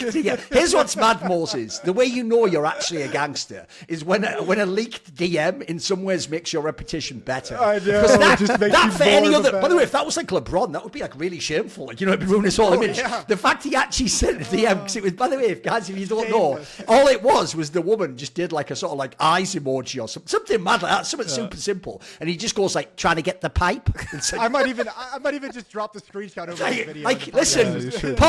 in some way, even though I wouldn't advise doing that as an approach to the public, in some ways, all of us wish we had that confidence of a J.R. Smith try to get the pipe. All right, cool. God bless. It's such a lie. And now someone needs to make a meme of 9-10 if you ever own some of the playoffs, like trying to get the pipe. Like, trying to do get the that, pipe? Do like Yanko sending the eyes emoji to him on it's a fake DM or something. Just so fucking But it's a great, the Steph Curry one is like he's the greatest shooter of all time, but he's I not agree. that great in the clutch. Yes. Of course, Duncan. Agreed. Of course, come Olympics last year. True, Here true. he comes in the fucking fourth Yeah. quarter. No, actually, no. That happened against France in the final. Yeah. Against us, he was like fucking had 20 points in the first quarter. And then kind of went quiet, and then maybe hit 1 or 2, I think, big shots in the fourth quarter. But that's why I said, like, for example, in the Golden State team, you give the ball to Durant. Like, he was, True. he is like the epitome And by the of way, clutch. even Clay Thompson was more clutch. He had all the Game 6 Clay ones. It's true. By the way, I've got 2 things to bring back to G2 here, though. Wait! Before go we on. do that, can we touch on something? Can Yeah, you go hold for this it. for a second? Because I wanted to touch on this because it's been on my mind since we started talking about AWPers. Okay. Can we talk about the level of fucking device disrespect Oh, out there in true, the universe? true. It's absolutely mental how much disrespect. I don't even think it's intentional. It's just by like omission. Like when I'm watching players do top AWPer of all times lists and Device isn't there, Oh, right. I'm confused. Yes. When I'm watching people talk about the greatest players of all time and it's like simple Zywoo, and I'm, where's my boy Device? I know. Have you all just forgot that he existed in the realm of Counter-Strike at some point? Why does he have so, I don't even know if they're haters. mad, It's isn't just it? like people forget he existed, and I'm so confused. Because Device for me, It's how you know that actually Monacy is the not even the anti, he's the bizarro Yanko. Because bro, wasn't it Monacy that had like 2019 Shiro was like his 5th best AWP of all time? Yeah, like that wasn't even the year he was good. Like what? and like Waxic He played them on the as academy well. teams. Waxic put himself on a top 5 all-time Bruh, AWPer list come and on. not Device. Come on. And I was sat there, I was like, this can't be real. By the way, do you know what's sad? I've just realised I even fucked up the analogy there. Because if anyone is the J.R. Smith of AWPing in CS, it would be Waxic Yanko. That's like the attitude. I can't even believe he has a DM want to get the pipe. Like that's even sort of who he is. I love it. That's a better analogy actually. Hey, come on, Woxy, that's foul as fuck, mate. Come on, you were at those majors where Device was fucking winning the MVP. Come on. I know, it's I know. so mental to think about. And I don't even know how he's still not in the conversation for GOAT status. Like, we want to go to Simple and Zywoo, and you want to just leave Oh, I've Device got the analogy for you completely boys. out. I've got the analogy. Everyone who knows basketball will appreciate this one. It's because Device is like the Tim Duncan of fucking CS though, isn't it? Yes, the problem is that style. This is why I always used to say, bro, there's actually a thing that really did happen in the community, which is even when Astralis was in their peak, fans used to still say that like Device was like saving too much or baiting. And I used to say, I actually did a video on this. I used to go like, mate, I guarantee Zonic thinks Device is like the best AWPer he's could ever have on his team. Like that's your dream. What people don't get is, as Blade's showing you don't really want the simple guy unless he just is the best player. Like you don't want the player that sort of skews everything in your squad towards him and everything has to be around him. And he has to. The fact about Device that was amazing was he actually could be like the 2nd or 3rd best player in the world while seemingly taking way less resources and skewing the squad than everyone else. He would just play within his role, but he just mastered it, didn't he? I'm with you. I thought he was fucking sick. And well, you're pretty sweet. At a minimum, he has to at least be top 5, guys. I would say he should be top 3 in my opinion, but who knows on that one? Who knows? I think I literally have him above Simple as my greatest of all time Counter-Strike player for me. And I know that some people aren't going to agree with that, but I think he was incredible. And then you go back further in his career and you realize he was like a top 5 player when he was rifling. Yeah, he was very good, yeah. It was like 2014 on the rifle. He was like Yes. ranked like 6th or some shit. Like it's crazy. Like, I don't know. I find, and it's amazing. It'd be one thing if people had an argument against why they wouldn't put him in the list, but the fact that he just doesn't exist. About, He just doesn't I'm just exist. like, Yeah, what is happening? they've just deleted him from history. You're right. It's true. That's wild. That's all I wanted to go. go. Because I think you're right. By the way, I don't think anyone disses him or says he wasn't the best. It's just they just forget. That's why I give the Tim Duncan example. Tim Duncan's resume is unbelievable. It's years of consistency. By the way, he's also like Device, probably the perfect star player if you're going to have a really good team around him, etc. He's never going to overbearing, never going to fuck up the squad, etc. But the problem is you'll never get put in that list with Michael Jordan and Kobe and LeBron, and you just get forgotten. Yeah. People forget it, unfortunately. Some of those, by the way, I thought my version on Twitter was funnier though. Listen, obviously no one actually said this, guys. I was being hyperbolic. You did the French Dream Team one, right? No, I did the joke one where I did what I said was I just showed how fans will react really differently to like a pro player opinion from an analyst. Like the joke I said was, if an actual analyst like one of you guys made your top 5 AWPer list and you were like, well, I'd have Simple number 1, Zero number 2, Device number 3, then they'd be like, you fucking moron. Zero should be number 1, even though you're one off in his analogy. You've got the whole top 5. But then my joke, and obviously this is where I was hyperbolic, no one actually did do this, but I was just doing it like sort of like the Shiro example to be silly. And I did one where they'll be like, some pro player will be like, well, I'd have number 1 Simple, number 2 Device, number 3 Kenny S, number 4 2019 Gratisfaction, and number 5. It's like, and then the fans just like, yeah, this is fine. That's just his opinion. And I'm like, what? Where was this leeway for us? Like the joke is that's worse than Yanko saying that thing about fucking Shiro there, but he will be tortured by all the Shiro fans. He hates Shiro. By the way, low key, this is also where he's also picked a good player on this one, hasn't he? You notice he's picked Shiro. The guy when he won the major was like, it's Harosh, I guess. Like he didn't even have the motion when he won the major, so he knows he's not going. Sadly, he's not going to. I wish he was. If you're watching this, Shiro, just do some like electronic shit to Yanko when you win the next game. Just get up and be like, "Crap, you bitch! Sit the fuck down! I'm carrying this kill." I would love that, man. That'd be fucking dope. Unfortunately, by the way, he's Yanko not would that probably guy. love it too. I know, If he were that guy, his game would be more impactful probably as well. I think he's made it more haterism. I think actually, if you made a list all time of AWPers and you were looking at their peak, Sheer wouldn't be top 10. Oh God, he keeps digging. I love it. I love it. Yeah, there's definitely. I can't lie, he's auraless as fuck. That is true. The kids have got that one. They've nailed that one. The device, disrespect is real. I mean, but you also guys have to remember a lot of these players and even more of the fans is like they've only been watching, I don't know, post-COVID, maybe true, 2019. true that, yeah. Some of these years, like definitely when it comes to, for example, Kenny S and Guardian and their prime, or JW even, like they don't remember these guys. If you told someone Pasha was the best player in the world, like for the first half of 2014, they would think you're trolling them. But that's how it was. So back to G2. I can't live in that world. I can't live in that world where COVID caused. They're completely forgetting about device. I hate it. By the way, people even... the reason why I know you're right is I've actually forgotten one of my own rules. One of my own rules is you should always assume every fan only started watching 3 years ago, basically. If you do that, you'll actually have a way better track of who they think's good. And it's why they think Zonic's a fraud. To them, they just remember the very end of CSGO, maybe. That's it. They don't even remember like the rest of us. Like, bro, this guy ran the game. What are you talking about? He's like the guy in CSGO. And I think just about Zonic briefly, because I forgot when we initially talked about it, is like, it's more about the legacy than whether he's a fraud, because obviously with Astralis so then Vitality, bit shaky, ended up winning the major, and now the Falcons. But I think it'd be crazy because even if you just look at some of that early stuff, and I know that is the case now too from some of the interviews too from the players, like he's incredible at anti-stratting. He sort of revolutionized at the time with Astralis how you anti-strat teams, like what you focus on. And then obviously everyone had to start doing it because they were doing it. People talking, Flamesy, we did an episode with him in Stockholm, and he was talking about Zonic when he was on Vitality and how incredible of a job he was doing at sort of giving his players confidence and boosting them. So he has, you have different coaches, the styles of coaches who are very good at this thing or the other thing. He seems to be the whole package where he can connect with the players and create a good atmosphere in the team and team culture. NiKo told me that's what he was impressed with, the work he and Lars do on that department before you start playing the game. Then obviously stuff about the game, like we just mentioned, and so on. So to call him a fraud is crazy.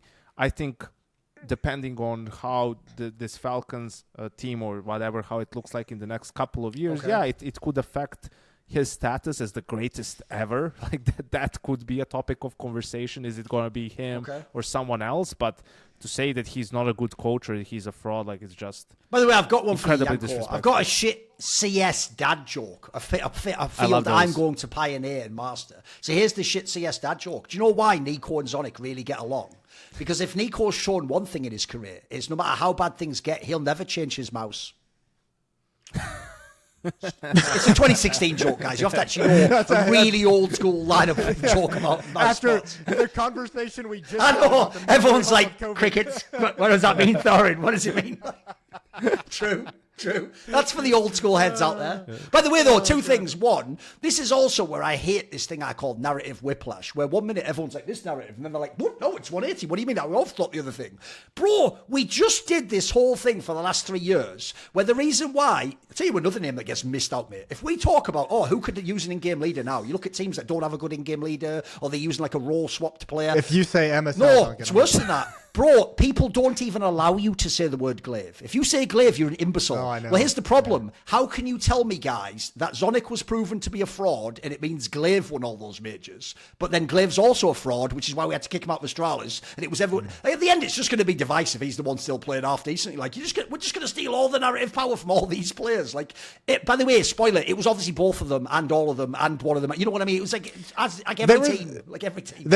They were the first perfect team in terms of what everyone brought to the table. I mean, Device with his op, we don't even really need to go there. Glaive was like one of the original, first fragging IGLs, high output, huge positions.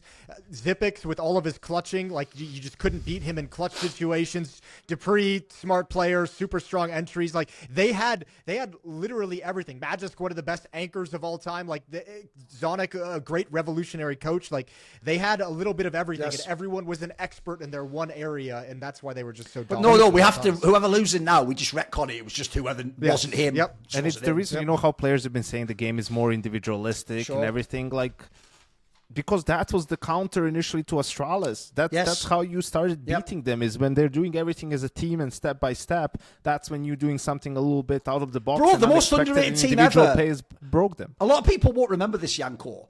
Obviously, Liquid famously used to actually try and play like Astralis and just lose to them every time. Bro, NiKo's FaZe beat Astralis a bunch of times. Sometimes, by the way, with him as IGL as well. Like, that, I agree. Like, if you could actually play individually, that was like the counter, the soft counter. Do you think that's some of, like, if we have the conversation and the players have always bringing up how the game feels more individual at the moment, and there's a big push for firepower now on teams as well. Do you think that's a reaction to kind of the more tactical, saving, strategic approach of the end of CS:GO and in the early days of CS2? Is this like the pendulum swinging the other direction now in terms of the meta?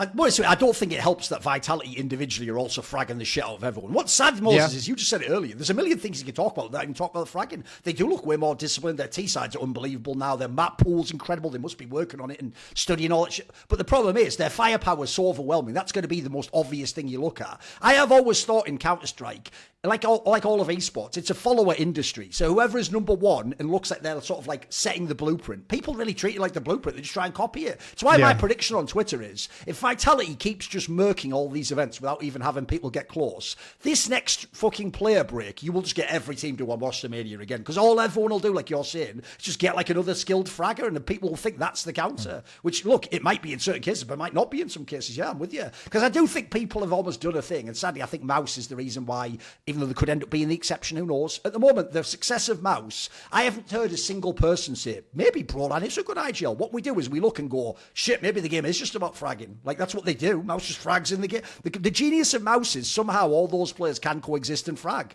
I don't know that anyone thinks they're like geniuses or they're breaking the game down, the reads are that great. Although I will say, I think sometimes I've seen some all right calls from Broadline, especially around like his own player when he would go on T-side first or whatever. Looked like he had some all right calls. So I do think people have just decided CS2 doesn't have tactics almost, you know. I think even you can add in some of the failed teams. Think of like the Team Liquid Cadian or the Snappy Falcons. People look at these squads and I feel like in CSGO, those would at least have been all right teams. You know what I mean? They'd have been able to do something. But it does feel like in CS2 they were just toothless, right? Like the real problem with Falcons, it's why it was so hard to battle that fan narrative, is they never ever could have done anything anyway. They had literally fuck all firepower. They had no punch whatsoever. Yeah, they look terrible, that's true. But even if they hadn't, like the difference is, like if we're talking about the G2 lineup now, at least they have firepower, mate. At least they have one thing going for them. And I think that's kind of what I think that like ties into the kind of the meta shift that I have, because I think at the moment in Counter-Strike, having a player who can just explode into a bomb site or just get a really quick, really strong double kill and take that initiative is so important. And I think there's a few teams that don't really have that. And I think that's what feels like a lot of these teams are kind of missing, is that whether they have the player to do it and don't have the understanding of that's a viable thing to pull the trigger on, trying to play too tactical. I don't know, but I think we're going to see a lot of roster changes. When I look down the HLTV list, there's maybe 4 teams I think that should not be considering roster changes, and everyone else should be looking to upgrade firepower to be a little bit more explosive. And I think teams who don't get that explosive angle to them are going to really struggle as this year goes on. And if I by the way, I think that's even a fair point. If you run down all the top teams, every single one has a really good aggressive rifler. Even the newer ones that you added to the list, bro, Senzu and Xantares are exactly what you're talking about. That's like half of why these teams are so exciting now.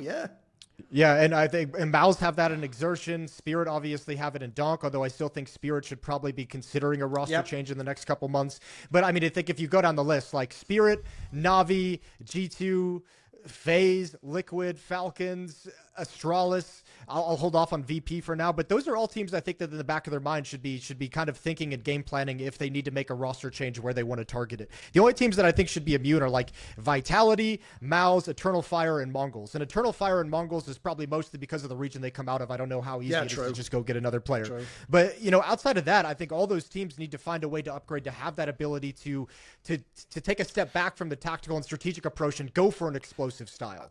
Yeah, I think one more thing before we get back to Duncan's G2 points. We're never getting there, boys. Well, the joke is at the end. We'll just wrap it. We'll do it next time. We will. But I want to talk about Falcons and this notion where people are talking about, oh yeah, but it's hard for these guys to play because they know they will be replaced, and it was the same for last year's roster, right?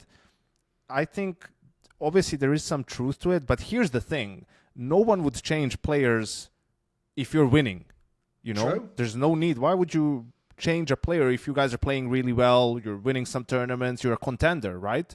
So it's up to these players that are on the team. Yeah, in theory, you are going to be replaced for someone better. But if you play really good and show that you are a capable player in that role and they don't necessarily feel that someone else would do it better than you, then you've secured your spot.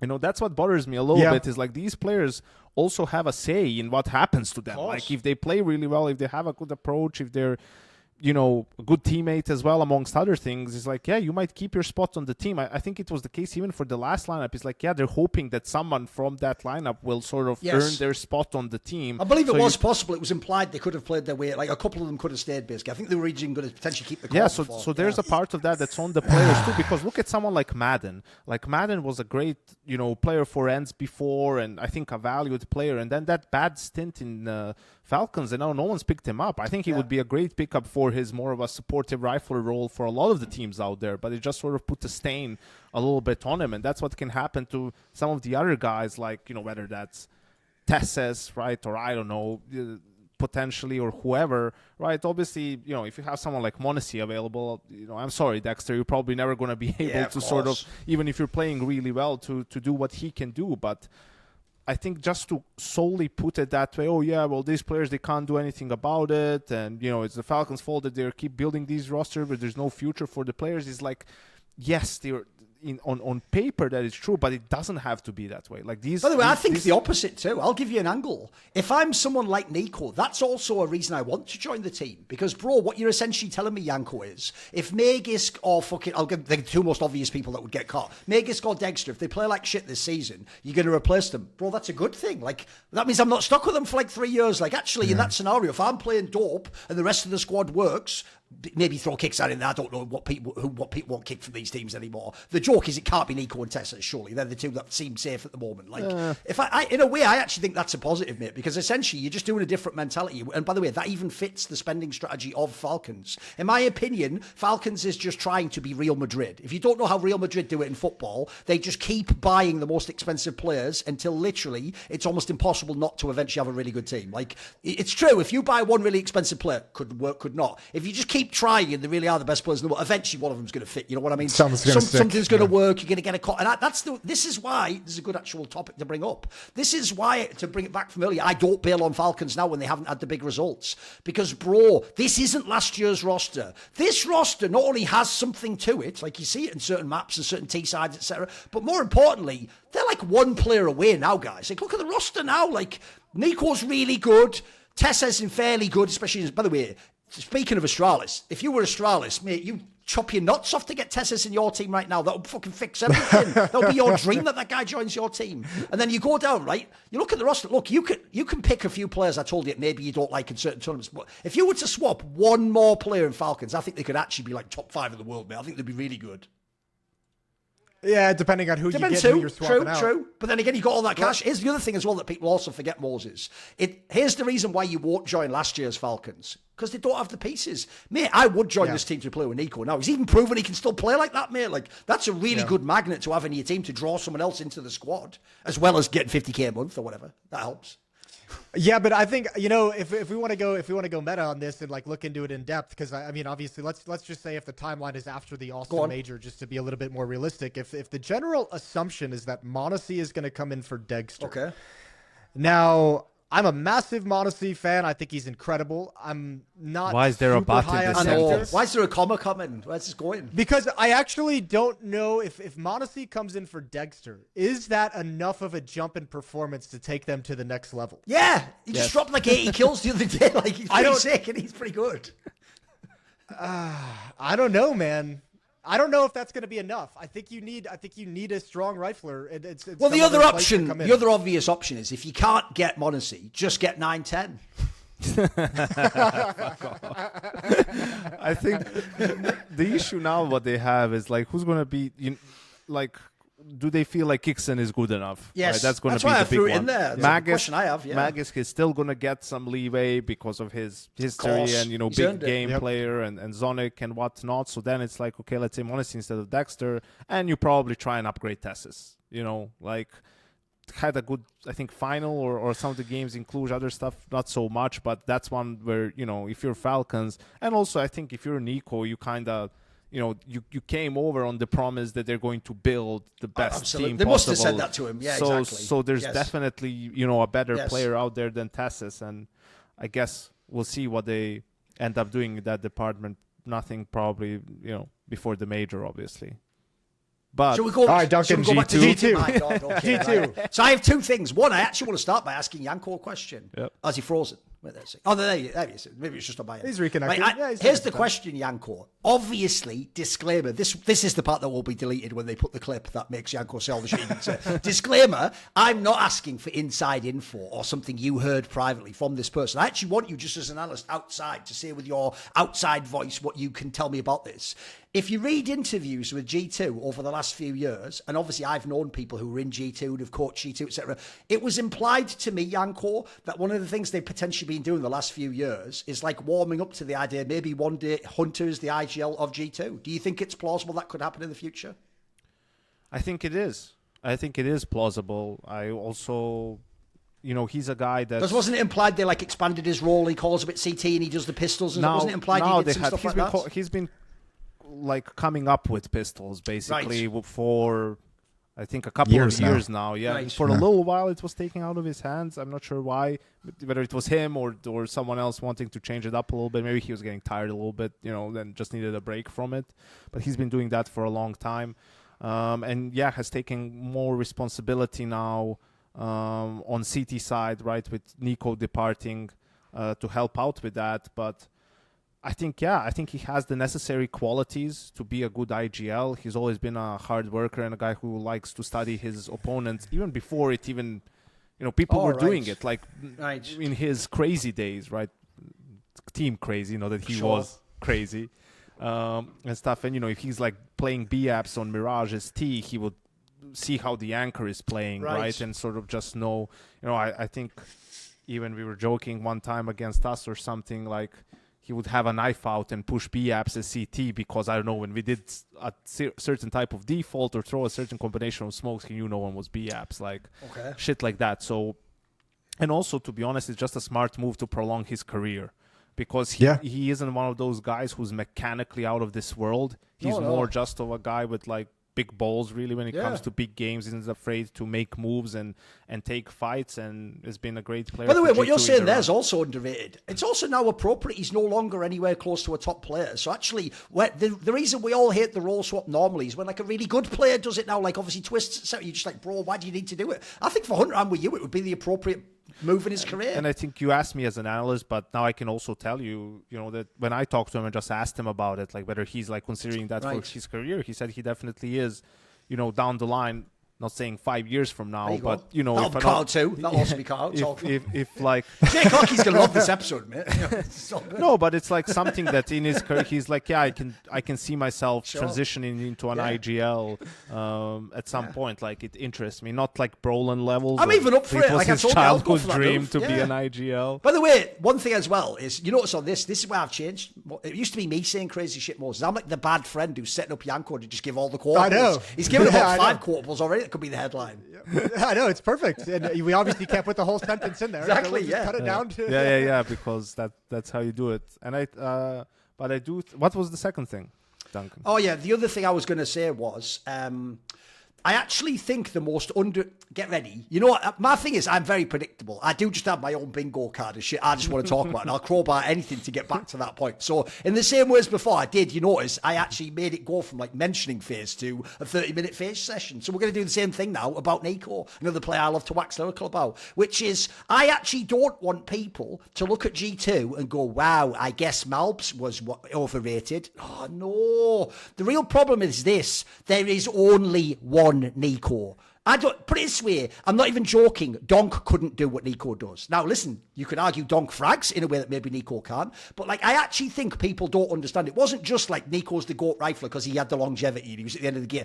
At the end of CS:GO, I think he had actually, in the same way as we were talking about Device before as an AWPer, he had mastered his role of semi-aggressive rifler. He had actually mastered it because he not only would do it and could put the output, by the way, of like a Donk type player, like a superstar player, but he could literally also do it. If you've never seen, the most underrated thing ever about NiKo and CS:GO at the end is he was also unbelievable at setting other people up. Like he was like flash assisting. He would fucking call the mid round that so clearly was his call for his play and what he was going to do. Bro, I actually think he'd mastered that role. And the problem with that is no one can do that. And especially malbs, who's young in his career and is just taking that. You can't ask him to do that. It's not possible. That's an absurd expectation. NiKo was so good towards the end of CS:GO that he was winning awards as an entry fragger. Yeah. Which is like the most ludicrous thing. We had plenty of arguments on this CS:GO because it's like you can't really deny he's getting a shit ton of opening kills. He's finding all the, but he's not doing it in a traditional entry fragger style. And you just think, bro, we're talking about players evolving. As a star, he didn't do the IGL mistake. Bro, he used to be the god lurker. If you went way back in the day, you set up the game and Shoxy and NiKo just fucking bait everyone else and then get all the kills. That's how they play. He actually became this like super fucking playmaker type figure. I thought that was mad. And by the way, this is why, again, it's not actually a diss to Snacks. I could do that separately later. I actually do think what you really do see that's missing in G2 as well is those mid rounds, bro. Here's the other secret sauce, guys. You know when we all begged NiKo after Dallas just become the IGL. The reason he didn't is because he essentially got to still do like 60% of it as far as I can tell, but without being labelled the IGL. That's actually sort of genius. Like if you look at those games where they were doing those blast runs at the end of last year, mate, he was unbelievable. If it wasn't for the fact Modesty played with him, he would have been like best player in the world or something. He was unreal in those games. He has one of those. He has like a greatness quality to him that not a lot of players have. Where like he feels like, to me, and I think this is a lot of what G2 is feeling at the moment. He is someone that comes into your team and does so good within his role and his goals as a player within the team that he makes everyone around him better as well. Someone like Simple can come into a team and just by the sheer force of how good he is, it is going to make your results better, but it's not necessarily going to make the players around him better. NiKo comes into a team and he makes Monacy's life easier, makes malbs' life easier when he's in the team as a rookie. There's not many players who can actually elevate their teammates in the way that NiKo can and does. Yeah, I think obviously people really... I think that's the problem with malbs and why he's been playing worse this year is like he's put way too much pressure on himself. Like to do the things that NiKo did, right? And well, G2 put that pressure on him. I don't know. I don't think G2 is asking that of him. I think G2 is just asking him to play the spots, but they're not expecting him to, sort of be the conductor of the whole team. I know what Moses means though, Yanko. I think he's just thinking of that famous line that like CEO guy said, where he was sort of like, we could have kept NiKo if he wanted, which almost implies that you think you've got his replacement, even if it's not true. Whether you intend to put that pressure on him or not, by putting him in the position to kind of inherit that role within the team, you're implicitly putting that pressure on him, even if you're not trying to design to. It's always going to be the way he feels. And I think there's some level of, with that quote from the CEO, I don't think they expected malbs to come in and be, if you expected it to be 1-for-1 replacement and he's going to be able to match, you were insane to begin with. I don't think that was the case. But you are expecting malbs after what you saw from him last year with NiKo in the roster. I think they expected the transition to be smoother. I think they expected the drop off from NiKo to malbs to not be quite as intense in terms of lacking some quality within this G2 team to win now. Like these results, I think, are disappointing compared to what they expected, although not a complete disaster. But I think if you look at what was malbs' greatest quality last year with G2, it was just the fragging output, just the trading, the entering. Like he was just so sharp, so snappy, so good with his aim, right? It wasn't too many situations where he was sort of behind the lines, lurking, doing something on his own, right? Not saying that didn't happen at all, right? But that's where he had the most impact. You look at that Mirage game at the Major against Heroic, right? And how he delivered in the end, right? Like those are the things that stand out. And I feel like the reason you don't see that as much this year is a little bit some of the whatever position changes maybe, but a lot more is like that he has this pressure to do all these other things outside of just focusing on his crosshair and shooting and fragging, right? And that's then taking away from that. So you're getting the worst of both worlds, where he like you lost the quality that he had before, or it fell off, and he can't do the other thing that NiKo used to do to sort of at least compensate for that, right? So that's why just leave it to Hunter, leave it to sort of Snacks, and m0NESY to call his own number when he wants to, and just for first, like, just settle in the roles, you know, like, yeah, you played that stuff on M80, not everything, but it's different. It's tier 2 Counter-Strike. Like here, it's tier 1 Counter-Strike. It's on LAN, it's in the arena against some really good teams, some really good players that you're going head-to-head up with, and it's going to take time. Like, I think that's just what he also hasn't played that. Like, bro, he's only coming up on like a year almost at tier 1 now.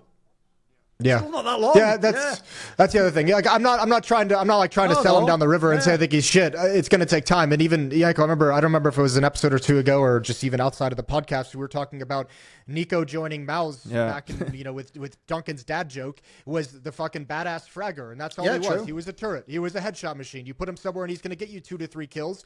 And then over time, as he joined FaZe and got more experience and played under Kerrigan, he started adding the other things to his game. So malbs is on that path. And yeah, maybe he is putting too much pressure on himself to be able to pick it all up super quickly.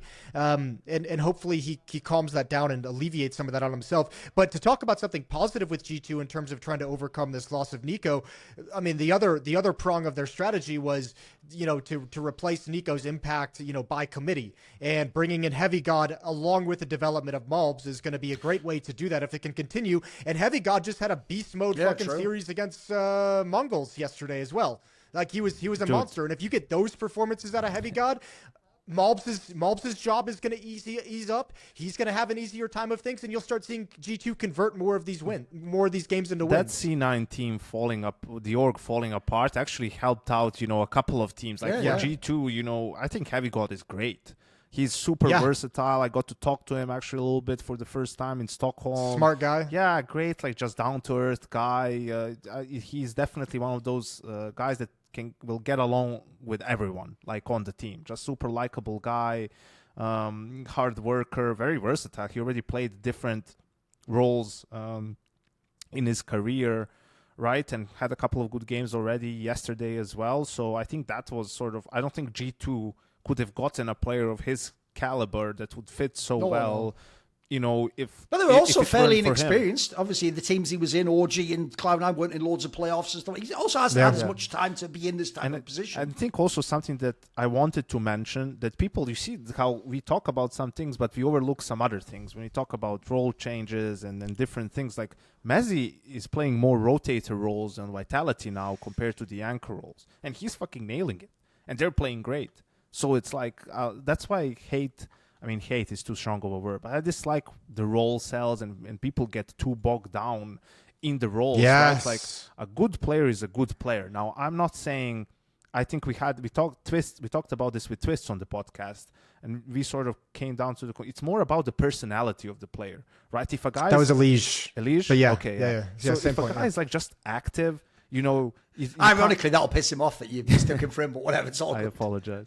But, Silly, same person. If a guy really likes to do things in game, right, and move around, like, you can't really put him as an anchor. It's probably going to be a liability. But whether he's the connector player or the cat player on Mirage, right, it's not that big of a deal. Whether he's the B rotator on Inferno or the A rotator on Inferno, shouldn't be too big of a deal if he's a good player, right? And for someone like m0NESY and some of the other guys who can move from anchors to rotators and stuff, that is rarer. Bro, I'll give you an example. But still, a really good player can do that. It would be similar as in, and to be a top player, you need to obviously understand like multiple roles and how things work out. Same way like in Dota, you might be playing carry, but you need to know, on a high level, how does support work, how does mid work, all these other roles, so you know how to position yourself in regards to everyone else.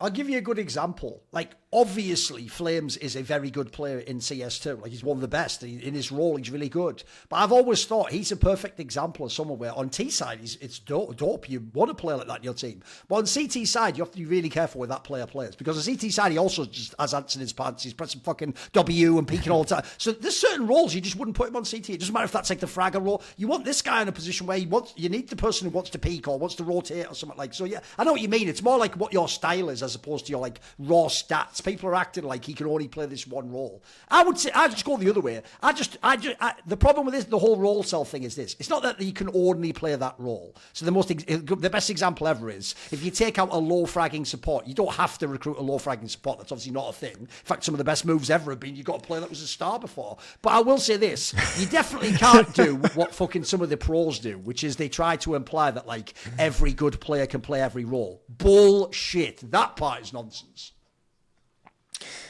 Yeah, agree, that part yeah. is nonsense. You But go too far I think with there's it, I think there's a lot more wiggle room than people are. Yeah, I'll give you that. Are willing. By the way, to that's admit. also where personality comes in. It also depends. Are you the sort of person who has the mindset, like a beginner's mind? You can start over in that role. You can forget the things you did in a different role. You don't need the resources.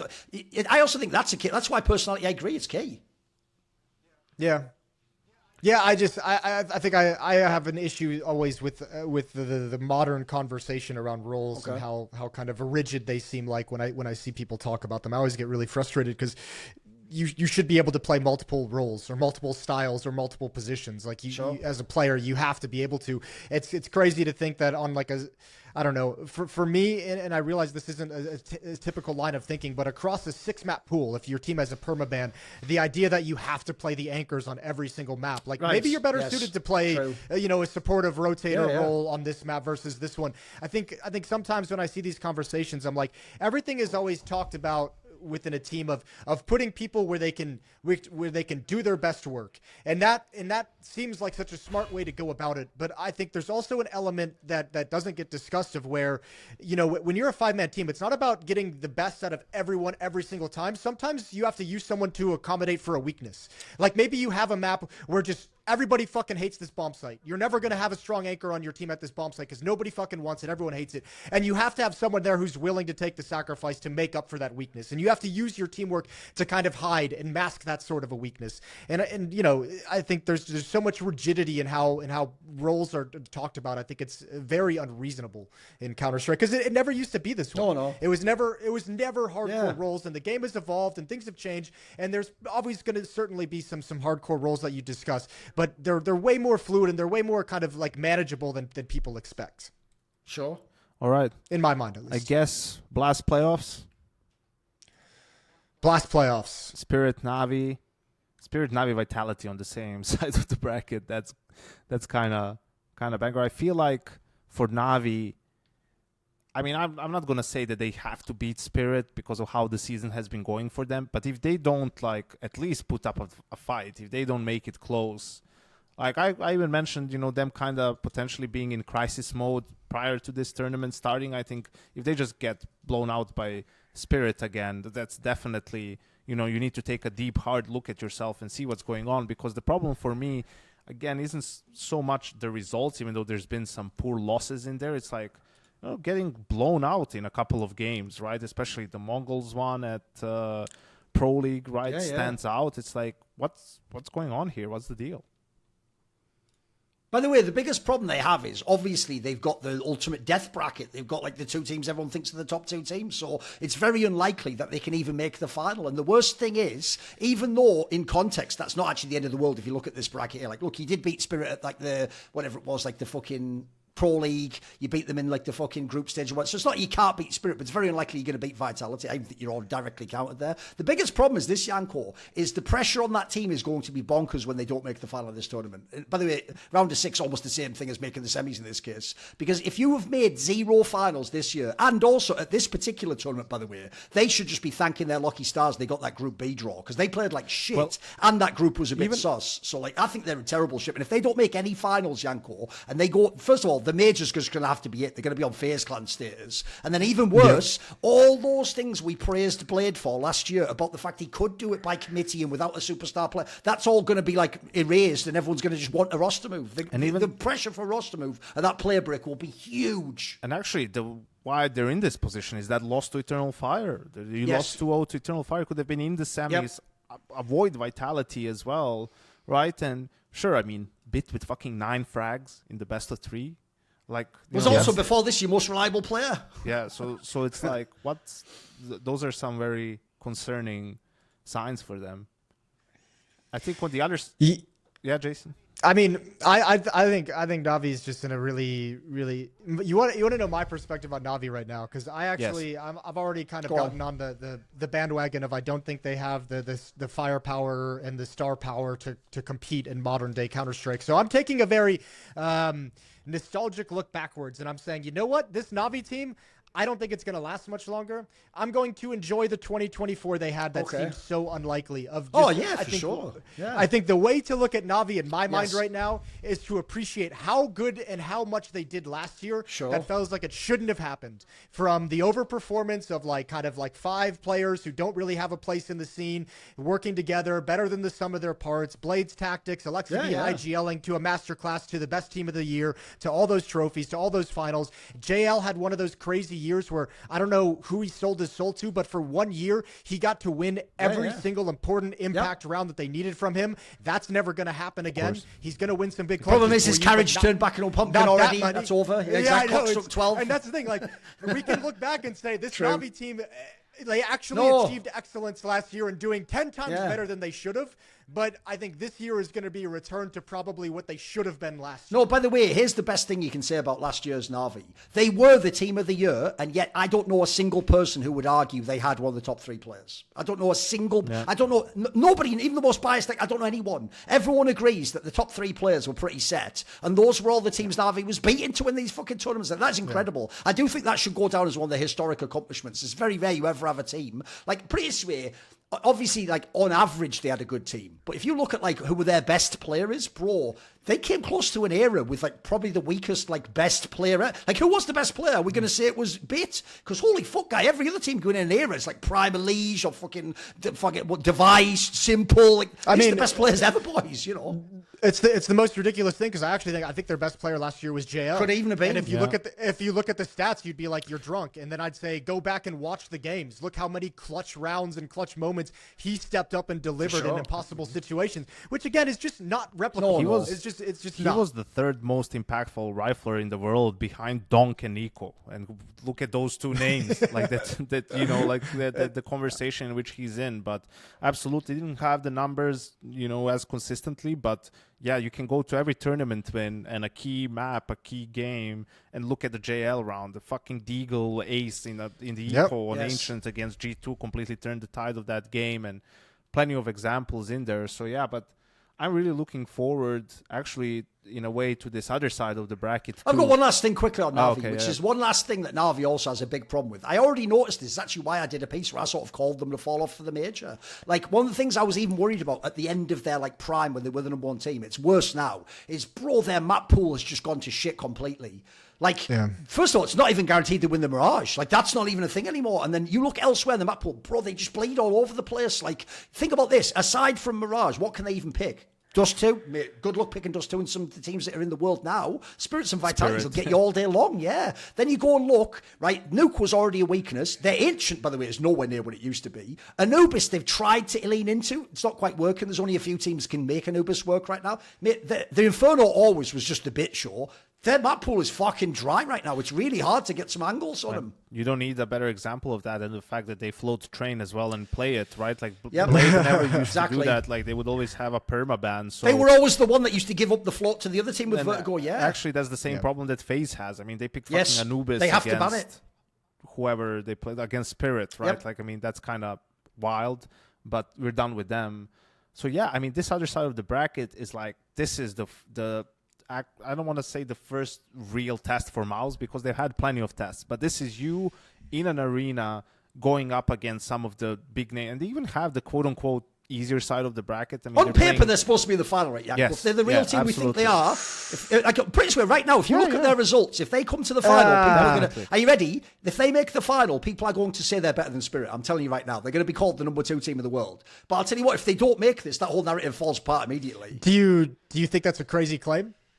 I don't know, because by the way, I actually think Spirit is the hardest team in Counter-Strike to analyse. It's why I don't really, besides what I say on Twitter, I don't really blame people who lost faith in them at the end of last year. The problem is, I've never seen a team which is, here's the thing, you know, normally when you have the 1v9 player, it's like the whole team's scuffed. No, what's sad is, for the rest of the team that aren't Donk, they do a really, really good job. Like, people do their roles in general. They're sort of underrated even in certain positions. They definitely play as a team. They look at their prep well. They have a nice map pool. The problem is, I've never seen like a top team still rely on one star that much. Like, if Donk really does just have like a half-decent game, they did win this one the other day, but it's very rare they even have a chance. And he sometimes does have the Monacy thing where he can drop the 80 frag BO3 and lose, and that is fucking crazy. So the problem with Spirit always is, you have to, if Donk wakes up and bangs his fucking wrist on the shower, you're done. You're just cooked at that point already. And if Hero cannot become a better AWPer than there's that too. The 9-10 factor. That line. Exactly. It is important. Yeah, I think last major was, it kind of looked like poised for G2, and they fucked it, and then sort of Spirit had an open road in a way. But bro, to me, the ultimate example of the flaws of Spirit is them winning the major. In theory, the best moment ever in their careers, Yanko. Because remember, when they won Katowice, everyone looked too good. It's like everything maxed out and no one knew them yet. When they won that major, I've always said this, Donk played the best statistical major ever, but he 100% would have lost the final if Magix didn't have the greatest game of his entire career. Like, if that's what it takes to win it, like, bro, that's going to be hard to replicate, right? Spoil it, it's not going to be replicated. That's nonsense, isn't it? Come on.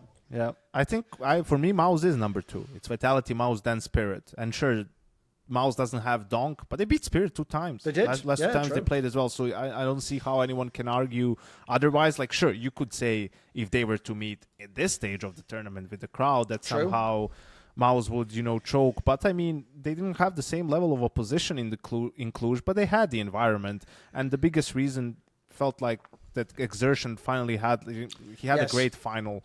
And that was the reason. If there was an MVP for the final, he would have gotten it 100%. So for Mouse, this is sort of a little bit, if they end up losing to like G2 or Eternal Fire, it's going to be like, well, what's the deal here, guys? I thought we were past this. I thought we outgrew this. I thought we were, mature enough now. So for me, they're definitely the favorite on that side of the bracket. But I'm also interested to see G2, will this win against the Mongols and finally making the playoffs of a big event and being in the arena again, is this going to give them a boost in confidence, a boost in performance?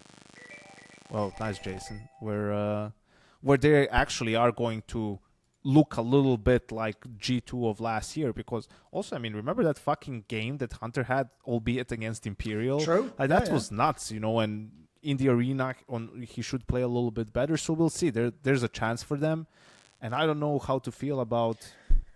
So I think someone's wire's like loose or something. Okay, like a crackle or something. Check the wire on the back of the mic or something. Maybe someone knocked it. It might have been because the phone call was coming in. Might have been messing with my thing. Now, I think. So yeah, we'll see. Eternal Fire, they've had a couple of chokes in the arena. So whoever comes in the semifinal, you want them to at least put up a fight. Right? By the way, here's the bomber. Like, in theory, we should want Mouse to go to the final. But like, guys, I've already said, like, I think Vitality is going to be one of the best teams ever. The problem is, if Mouse is number 2, this is some Team Liquid Astralis shit. They're getting beaten every single time. Like, that's going to be the most ass final ever. If you don't know, guys, Vitality's 7-0'd them on the last 7 maps. Like, this is bonkers that they're that far ahead of the number 2 team or whatever. Yeah. And I think they pummeled them. Like, I don't even think it was close the last time. Was it? It was closer this last time, but it was the ones before that were like super dominant. This one was at least close. It was like they got double digits. Every other one before, they were getting like 13-6, 13-9. I was going to say, I'm thinking of the Pro League final that we. No, that was did. insane. Yeah, they had no chance in that at all. SmackDown. No, it was not even a fun final. It wasn't even enjoyable. Yeah, but that's the thing. That's the problem. Like, it feels like Vitality's tournament to lose, and it's gonna feel like that for a while. Yeah, agreed. Because, like you guys pointed out, all of these teams need upgrades, and the reason why you didn't mention Eternal Fire and the Mongols is because, well, they don't have any in the region. True. But everyone feels that they are going to be lacking a little bit compared to Vitality, because it is the dream squad. You have 3 super experienced players, well, not super, but 3 very experienced players in Apex, Rops, and Zaiwu, 3 proven winners in all 3 of them, and then you have Flamesy, a really talented, mechanically skilled player in there, and Mazzy, a great sort of glue guy, versatile player who definitely pulls his own weight, who also used to be IGL for a little bit. True. And that will always give you more perspective. So you have a team that has firepower, has experience, gets along. Doesn't have well. too many egos, unlike Yes, the last exactly. one. Doesn't have too many, mate. Has a good team atmosphere. Yeah. Has a great in-game leader, a great foundation, and a great game. It's like, yeah, that's it. Like, they're going to be the team to beat for the foreseeable future, and it's going to be very tough to beat them. Like, I'll tell you one reason why I don't think anyone can beat Vitality. I've now seen at least 3 or 4 teams over these last few tournaments do the classic move of like a noob. They've clearly done where you go to that HLTV page when it's the matchup and you go, their 6th best map is Anubis. Let's pick it. They beat you on that map if you pick it into them. By the way, this is like you can't. This is like some. That's why I say it's like Astralis Pro. There is nowhere in the map pool to go. They just beat you. Like there's no weak map in that sense. It's fucking Zyvo and Robs, man. I know. Like in a 2vx. You're gonna win a million Exactly. end game scenarios. Exactly. Like that isn't the map you want to play, is it? I know. And Zyru's finally fulfilled the prophecy and actually playing like the best player in the world. We don't have to like fudge details. No. And, make he's a few mega. lies here or there. He's just a god this year. By the way, there's 2 other things as well. One, I actually remember something similar last year with Vitality. I remember there was a game where Mouse tried doing the same thing. They punish-picked Vertigo, but because it was still Vitality had super skill, they just ran over him. They just fucking wrecked him with shooting him in the head. Because again, the map doesn't allow you great tactical depth. But no, I'm with you. That's actually also an underrated detail. Bro, if you're a Zemu fan, this is how I know you're only a fan of Zemu if you're still telling me he doesn't have enough help. Bro, this is it. This is your dream. You know when 2021 happened, if you were an RV fan, if you're a Simple fan, that was the best year ever because it was like Simple was the best, but his team was cracked too, and all the roles. That is your chance now. In fact, if Zemu's going to be the GOAT of CS, this is the year you do it, mate. Like, you've got everything now. It's awesome. This is the moment in time where Vitality is starting to clear some fucking space on the trophy cabinet. They're like, okay, we're expecting at least 2 major trophies out of this. We're expecting a couple more wins this year, probably Cologne. Let's make the space now because we know it's going to happen. I mean, there is a very large feeling at the moment that Vitality is here and the next closest team is By the way, I'll here. tell you a narrative no gap. one's even started up because sadly this is another player that has a static career narrative that people haven't updated. Bro, if that happens, I'll tell you what is going to happen at the end of the year. Apex in-game leader of the year, and by the way, it will be justified. People still want to make it like you should entry, and also he does all the silly things like that. Bro, I actually think his IGL game, I've told him, I think year on year he just gets better and better. I think he's fucking sick, he has isn't been. he? I'm with you. Yeah, he's great. Yeah, he won it a couple years back. Was that 22, I think, Yanko? When we did that blast 21. Test? 21, yeah, he won that year as well. But I mean, because he had fucking Kyojin on his team for a while and still managed to like be good. Yeah, in we gave like, him credit. That deserves to make up for it. He was like Jason playing the game on Nightmare mode. Right. Yeah, by the way, that's also the other thing, Zemu fans. Look, I'm with you that year. When you had Masuta and Kyojin, that is outrageous to expect you to win.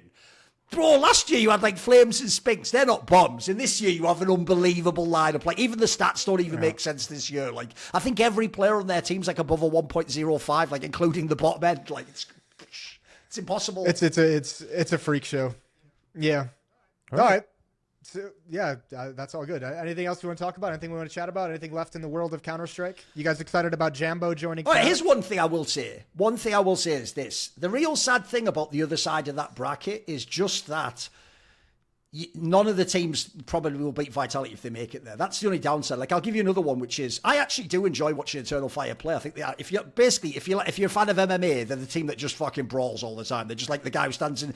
You say like fighting in a phone box. They're just fist fighting 24/7, but they have knockout power. They can fucking KO some people. The problem is they're also a team which people do think have issues in the playoffs. If they make the finals, I just don't believe. I've already seen them play against Spirit and get murked. I just think unfortunately Vitality would terrorize them. So I wish that would be a better game because I want to get hyped for Eternal Fire. By the way, I actually think Mouse and Eternal Fire could be a banger semi-final if they both turn up and no one chokes. It could be fucking sick. That could be like an ultimate CSDM. The skill level will be very impressive. The battle of 2 AWPers better than Shiro.